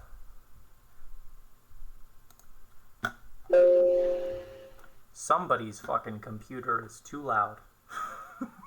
Yeah. I think it's Heard that too. David's. Because that was your ring. Alright, so I take 1 damage. No, I already did the damage. It's automatic. Oh, cool. Yeah, if you look on your character sheet, it should have it on there on the main page. You should have a wound. Yeah, it should be under. Yeah, I was just about to say it should be under wounds. It took me a second to figure that out, but And if you look on the combat tracker, it'll show it as well. For example, Roland has 8 out of 8. You're disabled? Question mark? That seems wrong. It didn't go away when we healed. Did oh, you you not didn't have target yourself? yourself, You didn't bud. target yourself. Oh, okay. Well, you should Oh. be healed then. I'll give it to you this one time. I say that's his god being displeased with him. What did you do to get your god upset with you? He's a selfless alcoholic? challenger, okay? Whoa, bud. I'm dealing with some shit, alright? So I'll clear the wounds off you, but just make sure to target yourself next time. What's Amari up to? Got it. Ari's still chilling. He's waiting for his turn. You can see that. It is 100% your turn. See? It's probably a stupid idea. 20. However, I'm going to lob a bomb at the one straight ahead, maybe all the way at the bench. Okay, yeah, just control target him. Yeah, that's fine. I'm not getting David's speech very well. Yeah, it is pretty low. Oh, is this any better? That is a lot louder. Okay, there you go. Yeah. And how do I control target this thing again? So you should already have yourself clicked. So you just hold control and then left click whatever doll you're trying to hit. Okay. And make sure you give yourself, the proper modifier. Can I hire an assistant to like manage my fantasy grounds as I play? No. I mean, if you want, but I don't know It'll any. just be a third-party user. You won't even hear from. Oh, okay. Yeah. That works. You'll get the hang of it. Okay, roll me a d8, mister. Dude, it's so many windows, man. I built this like not a supercomputer, but a badass computer to play StarCraft and Skyrim, and this stuff is blowing my mind away, and it's not even close to those specs. You can end up avoiding a lot of the windows if you use the hotbars, at least in my experience. I am using the hotbars. It's just the map, the character sheet, the combat tracker, and the chat window. All 4 of those windows need to be open. That's fair. But whatever. You can do the mini version of the character. I'm not bitching. I'm just bitching. Okay, so I am going to say something about this this splash weapon thing they do. So the way they do it is roll a d8 using the square closest between you and your enemy, and then going clockwise after that. I don't like that. That's annoying. It's inconsistent because it's always a different fucking square every time. So what I do is just the northern square is 1, and it goes clockwise from that. So using that logic, 3 hits the back wall behind it. Alright.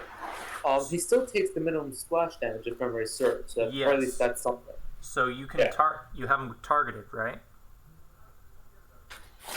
Yeah, I think so. I think I did it right. No, you only targeted Minilon, so you're gonna have to re-roll anyways, because I just realized you have your friend targeted and not your enemy.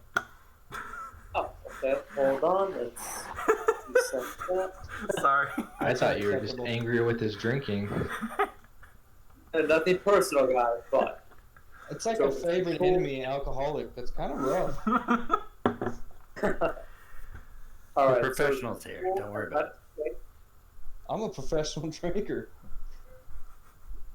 Not really. Pretty much on. So you have to hold control and then left click what you're targeting or untargeting. So you'll have to do that with min and then your target.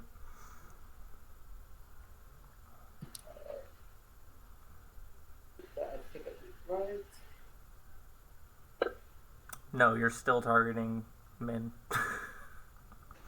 I'm pretty sure I hit min, but still. Alright, so I picked my character. He's already highlighted. Yeah, and then hold control and left click min.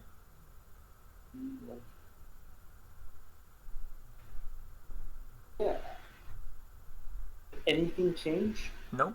Still says on the combat tracker that you're targeting min and only min. Are you left clicking with your control Yeah. button held down? Can I make a quick knowledge check? Yeah, if you guys want to know anything about it, you can. They're constructs, right? Because that'd be Yes. knowledge arcana, Yes. which I have. You are so correct. I had to roll it. This guy's one step ahead of me. He's off to the races. All right. Well, let me figure out how to operate my windows before you say that. Okay, for a second there, yeah, you just targeted the doll, so you just need to untarget min now. Okay. And That min was is standing directly min is in front of me, right? The one north of you, not east. One north of me. Alright. Yes. If you hover over a token, it should tell you that name. That work? Yes, now you were just targeting Warrior Doll 11. Damn. Okay, I think for me, because I'm using a MacBook, so I think it's actually command for my hotkey. Oh, I didn't know that. Okay. Yes. I wouldn't have been able to I don't give have you that. any real high level setup. I just literally streaming from my MacBook. I wouldn't have been able to help you with that. Like, you'd have had to find that out yourself. I've never had someone use a MacBook before. That explains why I was having a couple of problems. Alright, in any case, I'm only targeting him, and for the final time, bomb. You heard it here first. He's never throwing another bomb again. He That just kinda said sucks. final time. 23, I presume, hits. Yeah, it It should says tell it you there. there's a little attack banner. You can see, right? Oh, yeah, I see it. Yeah. Alright, damage coming your way. Nice, max damage. Partially resisted. Person. Oh. Hey, I rolled a 13 on knowledge arcana for constructs. Yeah, so I can't give you more than the basic information for constructs with that roll.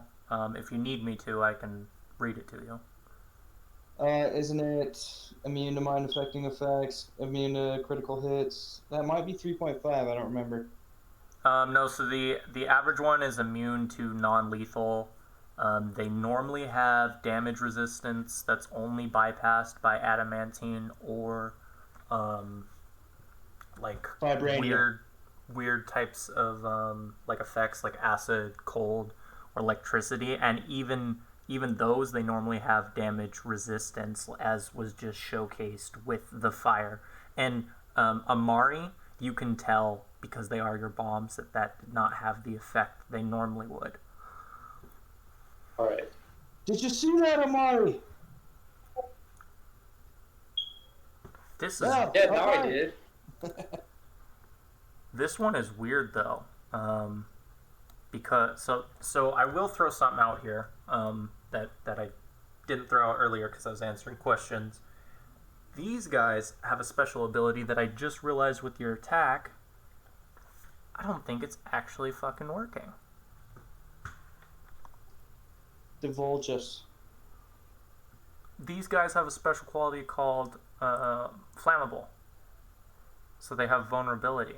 So hold on. So your proper damage should have been 10. A regular resistance would be a reduction. Okay. Hold on, no. No, it checks out. They're doing it right. It just looks weird on your guys' end. Well, so how does it look in game to us? It should say, right? Like damage 5 to warrior dolls 11, partially resisted, status heavy. So the fire didn't affect it as much as you think. Yeah, it's still like it didn't, but that's also because you guys don't know these are flammable. These are weaker than most constructs to fire. It's weird. That's why I probably shouldn't have brought it up, but I thought they were cheating you. Turns out they're not. It just, you guys don't see all the Wizard of Oz stuff. I look behind the curtain. Yes, then you realize they're vulnerable to fire, but they're constructs. They're both resistant and vulnerable, which I've never seen before. Yeah, I'm really confused, but yeah, I am done. Move, bomb, done. I am going to be messing with a few settings while we're doing combat, so if things behave weird, let me know. It's not my turn. I don't understand what's happening. It's Roland's turn.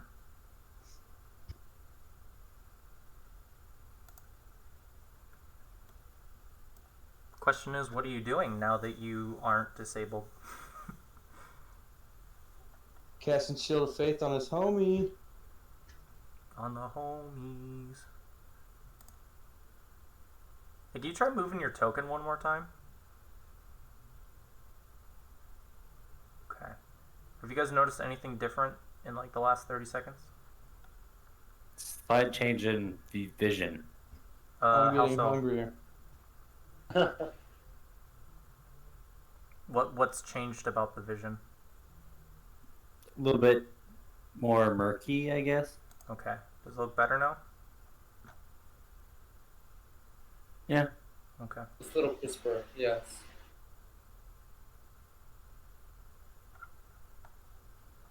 The tiny diminutive constructs aren't that small looking.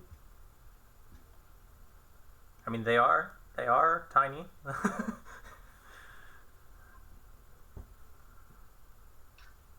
Did that work right?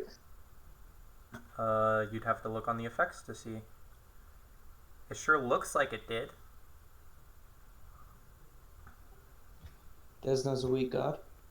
I walk over and cast guidance on Min. Oh, Desna's an awesome god. Can you Okay. move it? Never mind. I think I just fixed it, but we won't find out until Roland's turn ends. I'm done. Okay, we'll just end it real quick.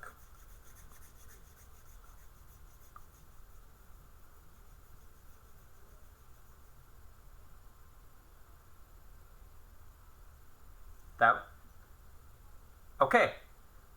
It didn't mess with it, right?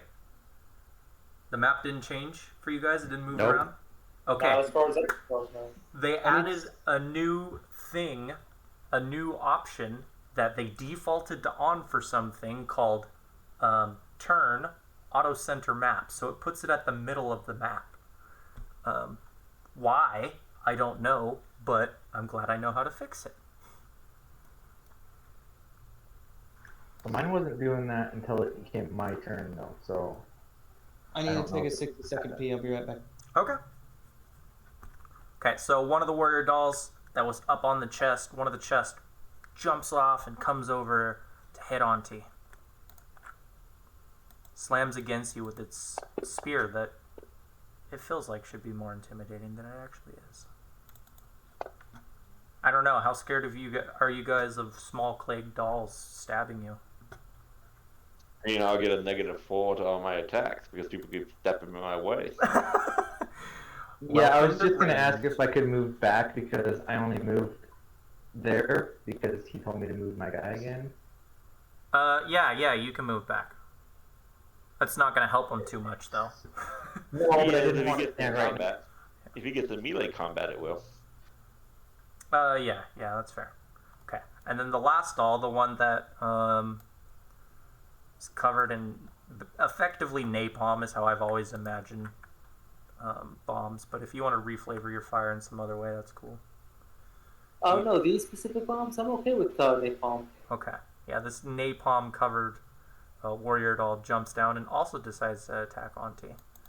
Oh, that's just straight up damage. I'm skipping steps. Let's see if that hit works. That hit does. I'll take that damage off I just put on you. Sorry about that, sir. There you go. It's the end of its turn. They're not making any sound either. That might be the creepiest part about it. They just hop down, you hear plop, plop, plop, and then they like bludgeon you with their spears, which is a weird sentence to say. Bludgeoning with spears? It should be piercing? No, they're blunt weapons. They weren't molded to be actual weapons. So I'm looking at my page now, and you've given me damage, right? Yeah. It's weird. It still says it's max. I don't know. No, look at wounds, not your HP. Look at wounds. So you got Oh.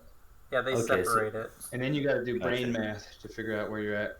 Gotcha. So You can it also, won't you should be able to see a manifest bar on my next to your character sheet. character. Yeah. Alright, I guess I'll attack some of these motherfuckers. That's never a bad idea. Now that How about this one down in the corner? Yeah, the hurt one. Call him Yella. Focus fire. Yeah, so if I do a power attack, I'll just do a regular attack, right? You can either put the effect on you or manually enter the modifiers, whatever you prefer.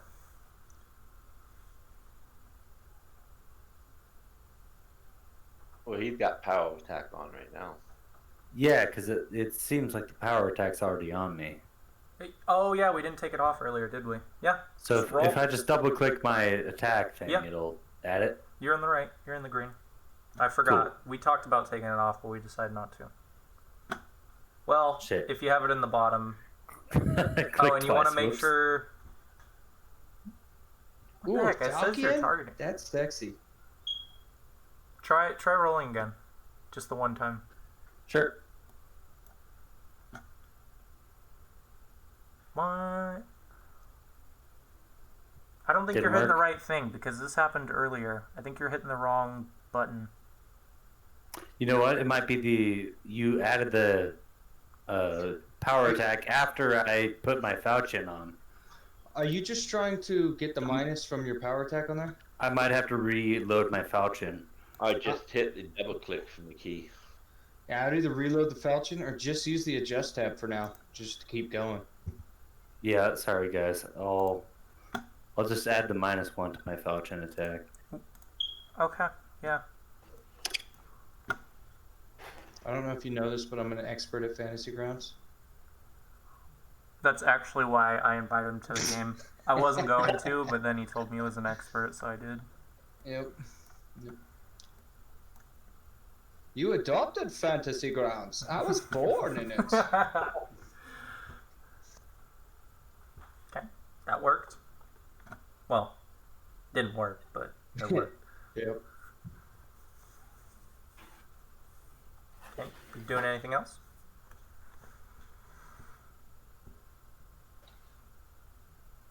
Yes, no, maybe.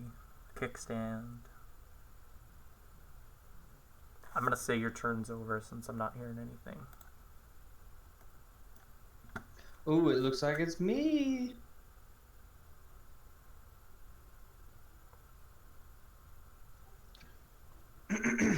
Alright, since I finally want to do something cool. You hear my guy. He's... I keep letting go of the button. He's spinning his sword a little bit in his right hand, his scimitar, dipped down low. And his left hand, he just starts crinkling it up. He's like, As Tinyarak Sinyaran Kanai. And his hand bursts into lightning. He takes it. Oh, and just for the GM, this is spell combat.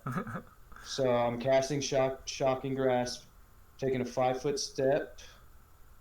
I'll show you in a second. I won't do them. The button that I chose for my mic button actually fucks with a bunch of shit, so Nice. I won't move it until later. Good call. But I'm gonna take my 5. It's the same one you use, the mouse 3 button.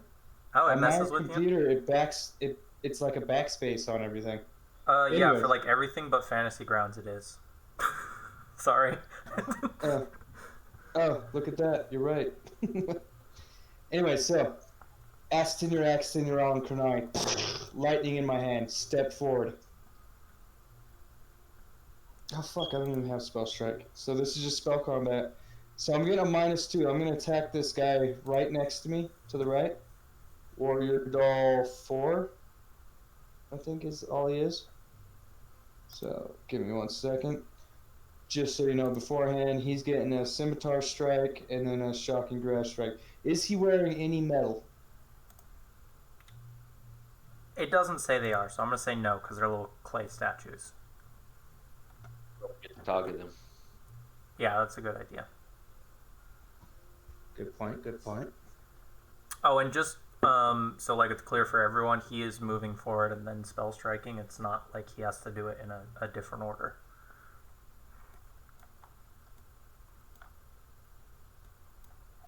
Wouldn't have known what that means anyway. Okay. Well, the Magus basically gets Perfect. like to use a spell and a weapon at the same time. So it's like all part of an action. I'm totally on his side. Here's gonna be my scimitar first. I think I'm targeting that doll. So here's the scimitar. Yeah, he 5-footed and then did his special Magus attack. Oh shit, I still have guidance on me. Thank you, Roland.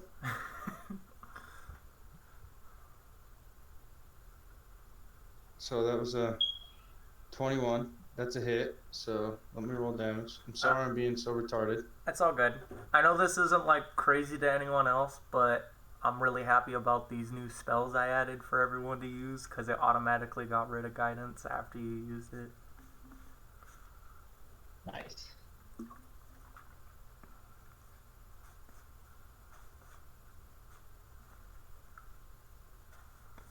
Whatever makes the game go more smoothly, I'm totally on board with. Yes, so am I. That's what makes me so Partially happy. resisted. Yeah. Remember that DR5 adamantine I told you about? Yeah, well, right after that happens, Minilin's like, God damn it, I forgot. And then he says, Dulak! And his whole weapon, like, shines real quick with a fucking fiery glow, and then kind of subsides, but it's still glowing within. And for the GM, that's me using 1 use of my Mage's Arcane Pool on it. Okay. After I hit, I know. It's pretty gay. But, and now I'm going to come in hitting with my Shocking Grasp, which is going to have a 2- penalty on it because it was part of the spell combat. So Yeah. give me 1 second. Now, if I'm already targeting the doll, do I need to change it for a different attack? What do you mean? Like, I targeted the doll for the scimitar. Do I need to go and hit my targeting again on the doll? No, anything you roll will be targeted on that doll right now. So all I ever have to do is untarget from the doll. Yeah, whenever you're done attacking it, yeah. How do you untarget again? It's same as targeting. Okay, so I'm not going to touch shit. Here's the Shocking Grasp at a -2. 1 sec.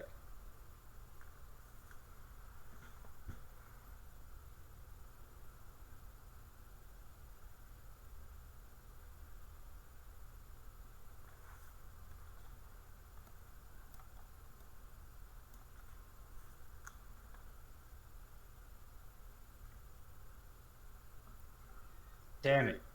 It puts its tiny shield up as you try and shock it. Somehow it was a glancing blow.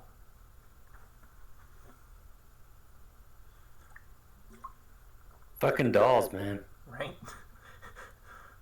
Warrior Dolls 2021 OP, please patch.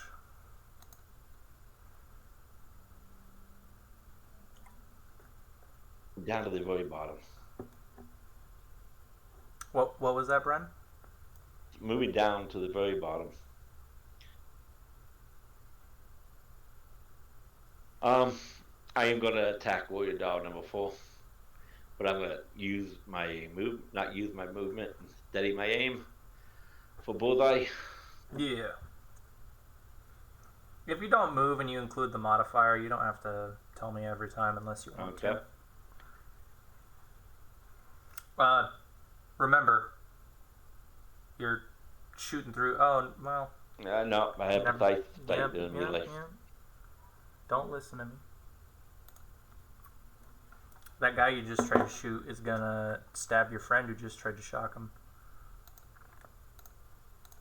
Well, he's gonna try and stab you. Are you guys friends? Are we on the friends? Is that okay to say, or is that too Yeah. soon? No. Okay, it's gonna 5-foot step.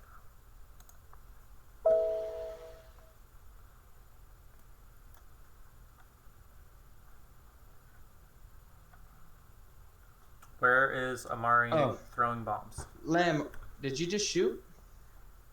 Yeah, I missed. Oh. With a What? +10 to hit, I missed. Well, And did you add soft cover in? No, I don't have soft. it's- I don't have soft cover. I have possession strike. No, And no. he was in melee. It's a very often overlooked rule, but No, I've done this before. You don't get soft cover if you're in melee. The precise strike gives you a plus. no. That's So, why you have precise but strike. it would be a +12 to their. no. Soft cover it's different than precise strike. Yeah. It Yeah, really but is. now- I'll when pull it he's up in- and send it to you when later. he's in melee, then there's no reason to have precise strike at all. No. When No, I'm there's in no melee reason with him, to. There's no reason to have precise strike. When someone's in melee, I can't attack without taking a -4 bonus hit. Yeah. There's no reason to have precise strike. no, there is, because then it would be like a -8 instead of Yeah. No. -4. Let's I let know. the DM rule on this for now, and then you guys can resolve it later. Yeah, I gotcha. So you can re-roll with the -4. No, you already missed, but Yeah, and like I said earlier, anytime the roll is wrong, it gets re-rolled. I've played Rangers and I've never heard of that. Yeah, And I I've said played this with earlier. really professional DMs that will all right, I'll send it to you, Brent, on your single thing. that charge $40 a game. Just roll it again with the -4 added in. Okay, well, you still rolled it wrong because you get the +4 from waiting, so it ends up being a 0. 0. Yeah. So in this case, you don't have to do a modifier. You want to give me that third roll? There we go. Okay. Back to Amari. Okay. Amari is looking at his bombs like, oh crap, the bombs didn't work. That's okay. I have a sling. So he's gonna wait out a sling, throw it again at the very same person he was targeting, very Yeah. same little construct he was targeting. He does not have precise strikes, so let me put that in the modifier, and I think that should work. We will see.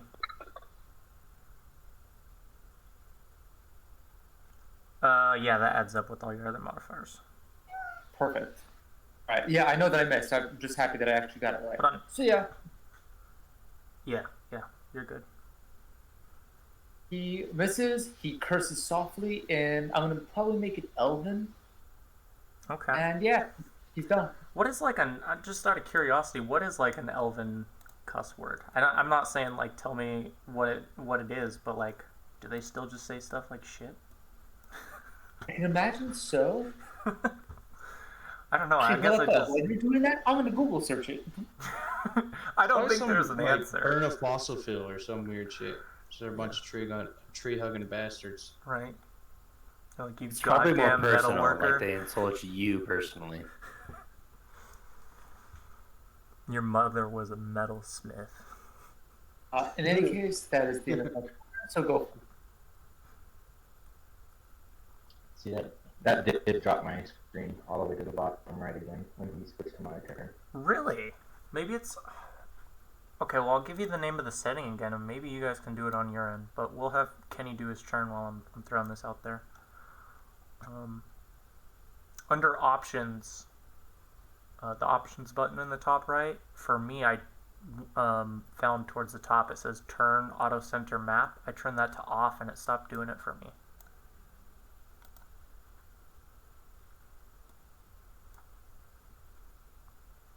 What is rolling up to, Kenny? I cast guidance on Lamb. Okay. Help him shoot better. Good call. Okay. The warrior doll right in front of Auntie is going to try and strike him again. Nice. End his turn. Same concept here with the warrior doll next to him. Less successful though. Auntie, you're up.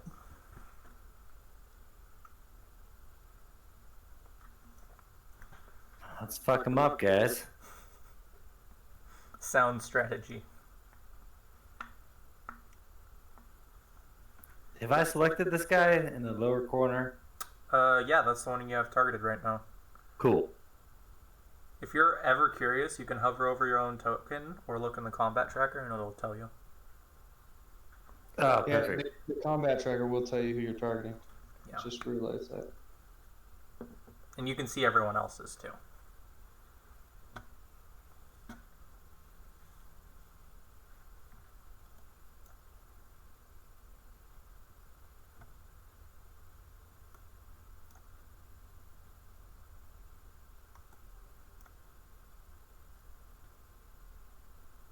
Are you gonna attack him, bud? Yeah.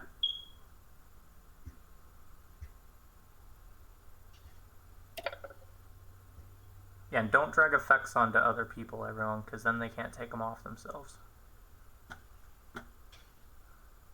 I gave everyone the appropriate Freaking terrible. effects. Yeah, unfortunately. Min's up.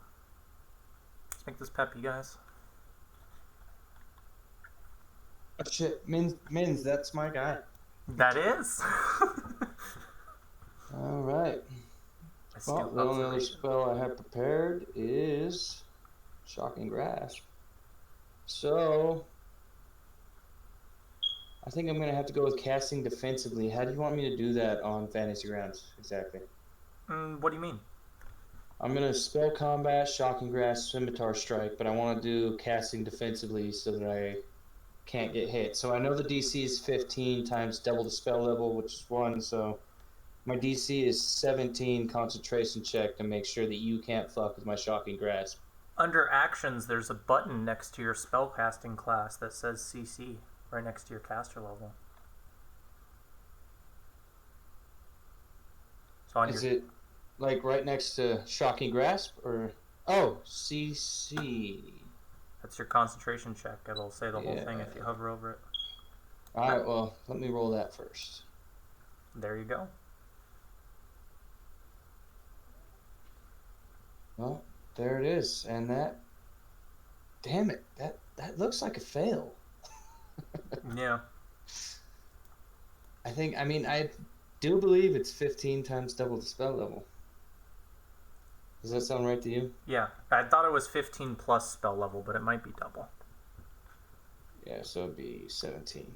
Either way. I lost that fucking spell. Yeah. But I get to still swing with my scimitar for a -2 off of whatever I already have. 1 second. We've been failing all night, so at least I have. The dice haven't been, like, horrible, but there are a few of you that they've not been kind to. Basically, everyone leave this part out when we write our epic. Boom. That's a hitskis. There you go. First session, guys. We'll do better next time. Right? Have better rolls and things will go faster. Oh shit. How do you feel about this? But do you remember that I used that swift action to arcane swift strike my sword after I attacked that last round? Yeah, what about it? I didn't add that into the attack, which still would have been a miss, but I didn't add it into this damage. Can I just add it? It'd actually be 9 damage. He's dead. Yeah. Oh yeah, his status is dead. I still want my damage, bro. Normally, I would have you make a reroll, but But he's dead. yeah, this time he's dead. Sometimes I'll Okay. hand wave it.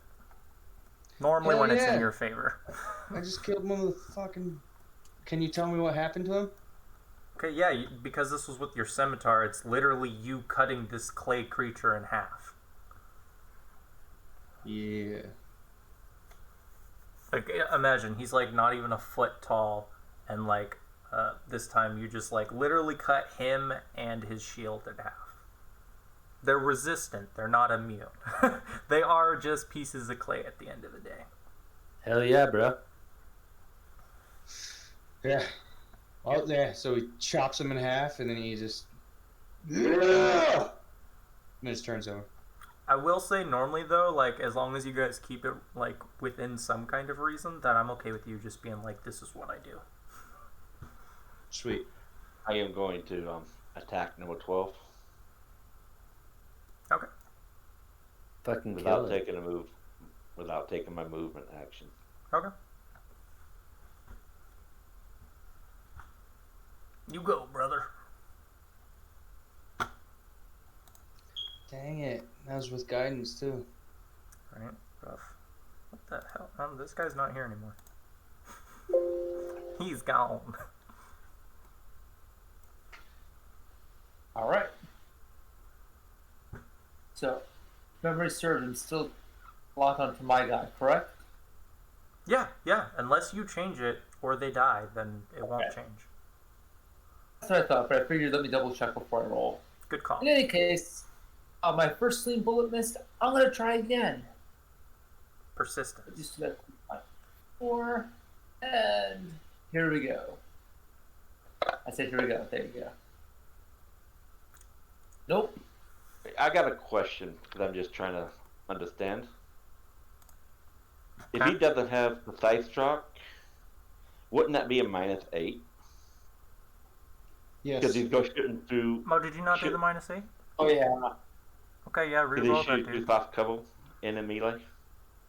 Yeah, no, Am I you're getting right. that right? Yeah, you got it right. Okay. So you can reroll, Thank man. you. Well, I somehow lost the battle map before I really tried to help you out with it. But I mean, no, if you're going through an ally or an enemy and you're hitting someone who's in melee combat with an ally, if they're just next to other bad guys, you don't have to worry about precise strike. But if they're in combat with an ally and you're shooting through any kind of living body. Yeah, no, he's right. I just didn't catch it. That was my bad. Oh, okay, sweet. That's why I'm telling him to reroll. How do I get my battle map back? I double clicked on my token. I don't know where it went. You can just go into images and reopen the map. What's it called? Tomb of Akentepe. Oh yeah. They try and keep it simple in general. If you want to, you need to reroll your attack, David, for Amari. Okay. It's a -8. I'm attacking just for a token thing to do. I mean, you can still crit. All right. If you're gonna give it to me, I'm not gonna question. It's always Still going to be -8. like that. Like I said, occasionally it won't be, but it's normally in your favor when I say ignore it. Holy shit! Look at Thread! Holy shit! I am like dead ass surprised. You always got 5%. We gonna confirm that crit or what? He did. It does it Yeah. automatically. Oh, it It does does. automatically. Yeah. Oh. Oh, so I didn't crit. All right. Well, Yeah, it wasn't crit, but you still get the damage. I will take it. I deal 2 points of damage that doesn't go through any of CR. Oh, that's rough. Well, again, David knew this. Mari didn't. Ooh, shade has been thrown. Carry on.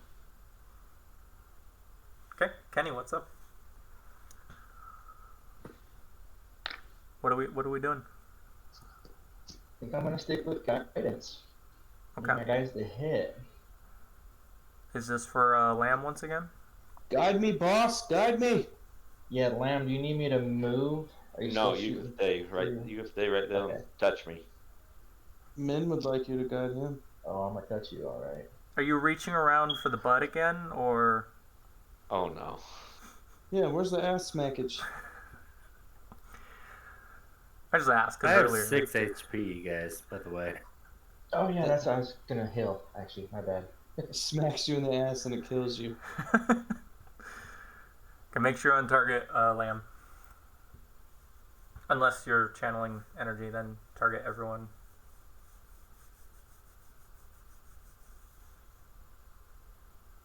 Heal the dolls too. The only... Well, he has selective channeling, so he can choose who. Okay. If that was a... selective channeling should keep him from healing the enemies, but he Yeah, should that's- hit all of us. That's what I just said. Well, where's my health? He I didn't used target the you, cure he light just targeted wounds. Jess. Or sorry, Auntie. I don't know why. Give yourself 7 heals. Next time, make sure you're targeting everyone you're trying to heal. I wasn't channeling. I just used cure light wounds. Oh! Oh, Okay, well, there you go. I didn't. Not everybody's health was down, so it seemed like a waste. Good call. you are the healer. Okay. Seeing that you killed one of the other dolls, doll closest to you is going to readjust his attack and try and focus on Min. Unacceptable. Unacceptable. damn it. Alright, alright. The other one's going to keep focusing on Auntie, though.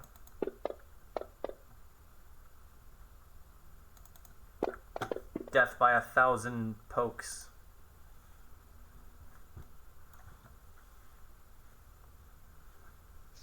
Yo, boss! I'm hurting.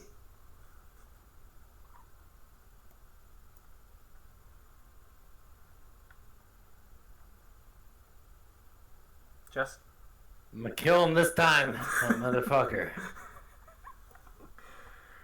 in the background, that's what you said last time. Kill that fucker. The guy that's talking shit. You want to make sure you're targeting him, though. Did that not target him? I controlled clicked. You already had him targeted. Okay. So do you I already hit? targeted him. Just Can next I time. roll damage? No, you need to target him. You got to target him. Okay, so Once you target him this one time, though, you don't need to do it again. is he targeted now? No. There you go. Cool.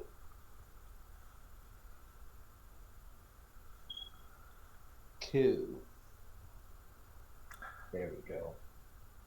That's what I'm talking about right there. Can contracts be infected by critical hits? That depends on the construct, but generally no. I don't know how to do this critical. You just What roll do I do? damage and it'll automatically do it. Oh, cool. Well, and the rules are letting you do it, so. Yeah, like I said, it depends on the construct, but most of them, no. Nice hit. So that right there is not showing that he did critical damage, right? 11 damage isn't critical damage. Or am I looking at that wrong? Then they're immune to crits. Alright. There you go. They're learning. Yeah, because I would have done it twice. Yeah, they're learning. Adapting.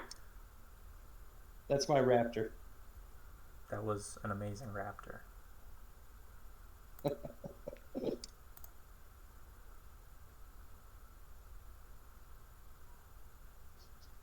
So it's your turn, Raptor Boy. Ooh, raptor boy. I can use that. Show me your talons. Raptor boy. He's like, he just slashed with his fucking scimitar, cut a construct in half. And then, like, as he's rearing up from killing that construct, he sees the other one next to him, and it's all puny looking and everything. And he just drops his scimitar, pulls out his greatsword off his back, and then I gotta find my battle map. Sorry. Oh shit! So I can just hit this guy. I pull the greatsword out and swing at this guy. Let me target him. Did one of the guys disappear? So I wasn't gonna say anything. I was gonna PM him, but Jesse untargeted the doll again. What? Yeah, you don't need to retarget, man. Once you've targeted it once, you don't need to control click it ever again. It's dead. God. Sorry. So I will delete All that right. sentence I was typing. Scimitar drops to the ground after he just got done cutting one in half, and then he swings down his greatsword. Big ass dude. Here we go. You didn't have the great sword Damn it. out, right? Yeah, I dropped a scimitar, used the move action to draw it, and then Okay. swung it. As long as you're dropping it. Yep, scimitar's on the ground. I didn't have the. I thought I targeted him. I did the whole control and everything, but I fucked it up. Ah, Targeted. Do you want me to re-roll, or Yeah, how do you re-roll. want to do it? Let's reroll. Okay, one sec. Yeah, you just untargeted him. Are you sure you had the right button? Because you're gonna have to retarget him now. Yeah, that's. You can just You gotta use do the use same thing double you click did in the in ammo Discord. button. I saw that I had him targeted, but when I rolled that dice, I didn't. Oh, you're right. I have to unequip and re-equip the sword, probably, huh? 1 second. And I'm sorry about the confusion here. This new update has just thrown a wrench into my games. We're learning. It's fine. Because we're raptors. Yes. One day I'm gonna play a skinwalker who's a were-raptor, and it's gonna be awesome because I can make all of those jokes. Alright, let's try it again. Okay. Make sure you target. Well, hey, does my combat tracker show that I'm targeting that doll? Nope. Okay. Who knows? How do I know that? There you go. You look at the combat tracker, and it'll say targets. Does it say I'm combat targeting him now? Yeah. Yeah. Sorry. Open My the windows are combat all over tracker the so place. you can tell. Thank you for helping. I know I could find it. I ain't. Here I go. Okay, so it says targets warrior dolls 12, whatever. Yes. How's that a miss? Come on. Because their AC's higher. Their AC's 17. What's my total negative for hitting 12? Well, if you... You If do you- have precise strike? Oh, sorry. Yes, he has precise strike. So then it's a -4. But if you do your class ability and stand still, Yeah. then it'll just be a Yeah, 0. I'm just gonna stand still. Okay. Yeah, he's a divine marksman, so he can use a move action to give himself a +4. And he rolls crits? Nice.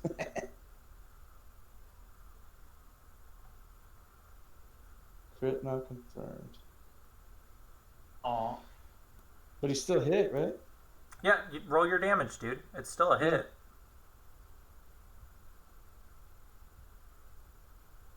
There you go. Nice. First time this Smoke. guy's been hit. Oh, sorry. I forgot. He already hit it for Amari. Man, this All is right. such a harrowing battle. It is. These guys are putting 3 up a little fight. toy dolls. Kind of pisses me off. Anyone remember the movie Small Soldiers? I'm having a flashback to that. Yeah, who's your favorite, the humans or the beasts?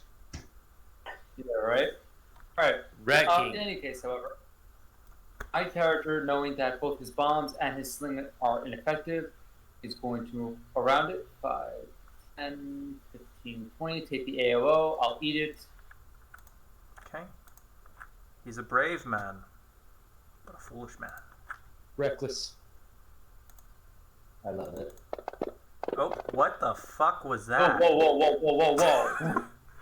Whoa, Somebody whoa, didn't whoa, whoa. untarget people. Oh, I might have forgot. There you go, bud. Okay, 21, that's a hit. Okay, that's fine. So as I go through, little bastard stabs me. So I'm gonna go over here. I'm gonna drop my dagger. So now I'm flanking and now I'm threatening. Yes, you are. So now I can help. Boom, Auntie. And that is my turn. Let's fucking do it, guys. You did it. How come you didn't flank with me? He's a selfish fighter. Because I'm only willing to put myself so much in risk. But I'm the raptor boy. Listen, if you're gonna drink while we're fighting, it's a problem. That just means he needs more help. Give me some guidance, Auntie. Kill this guy, please.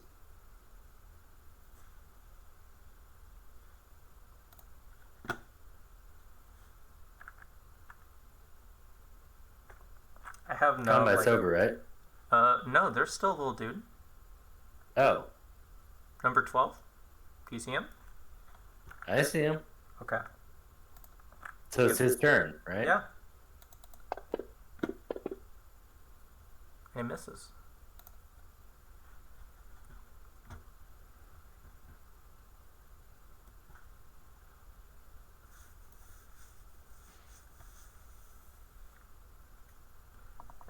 Let's kill this motherfucker.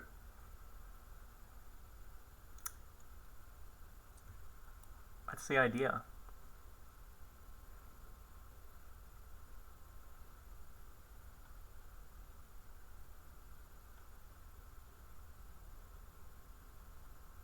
Hey, you had it targeted.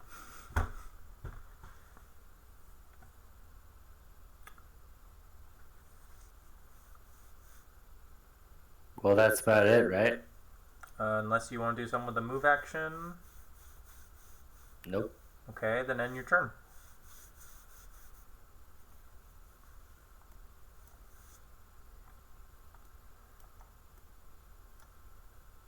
Okay, come on. What's Chase doing? Let's pick up the speed, guys.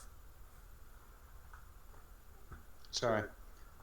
Minilin's gonna take a 5-foot step directly to the north of Dahl, and then he's gonna swing a fucking Masteroid Greatsword directly on his head. Give me 1 sec. Kill him. Just because I can't help it, I'm gonna use a swift action to Arcane Pull Strike this Greatsword and make it more badass. Make Giving sure it- you throw the modifier. Yes, I sure will. Do we still get the same, like, flame effect? Is it always that? Oh yeah, oh yeah. Okay. It glows for a second and then comes back to not glowing, but there's an inner burn.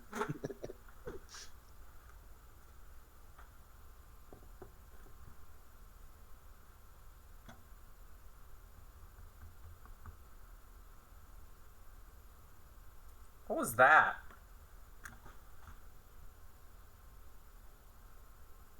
Did you guys see that? Did something happen on your guys' screen? Yeah, the Yeah, little no. green. I grabbed my name and accidentally moved it. But hold on 1 second. Okay, that makes sense. It's Huh. like, what the fuck is that supposed to be? All right. Here is the Great Sword attack Thank you. with the modifier from the Arcane Pull Strike. Nice.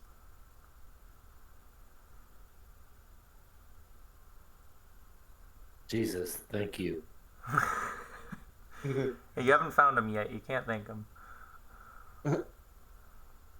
Siren Ray, thank you. There you go. Found her a long time ago. Where's the damage? Ooh! Nice. All right. He cut that one down in half, swung the great sword, missed it, and then come around 6 seconds later, and he chops the great sword right through the next one. Then he looks up at what the fuck's his name? Auntie. He looks up at Auntie, and he's like, 2 out of 3. I'll buy you a drink, bro. Thank you. I do have 14 more shots if you want to share. No. I think this is the appropriate place to call it for tonight.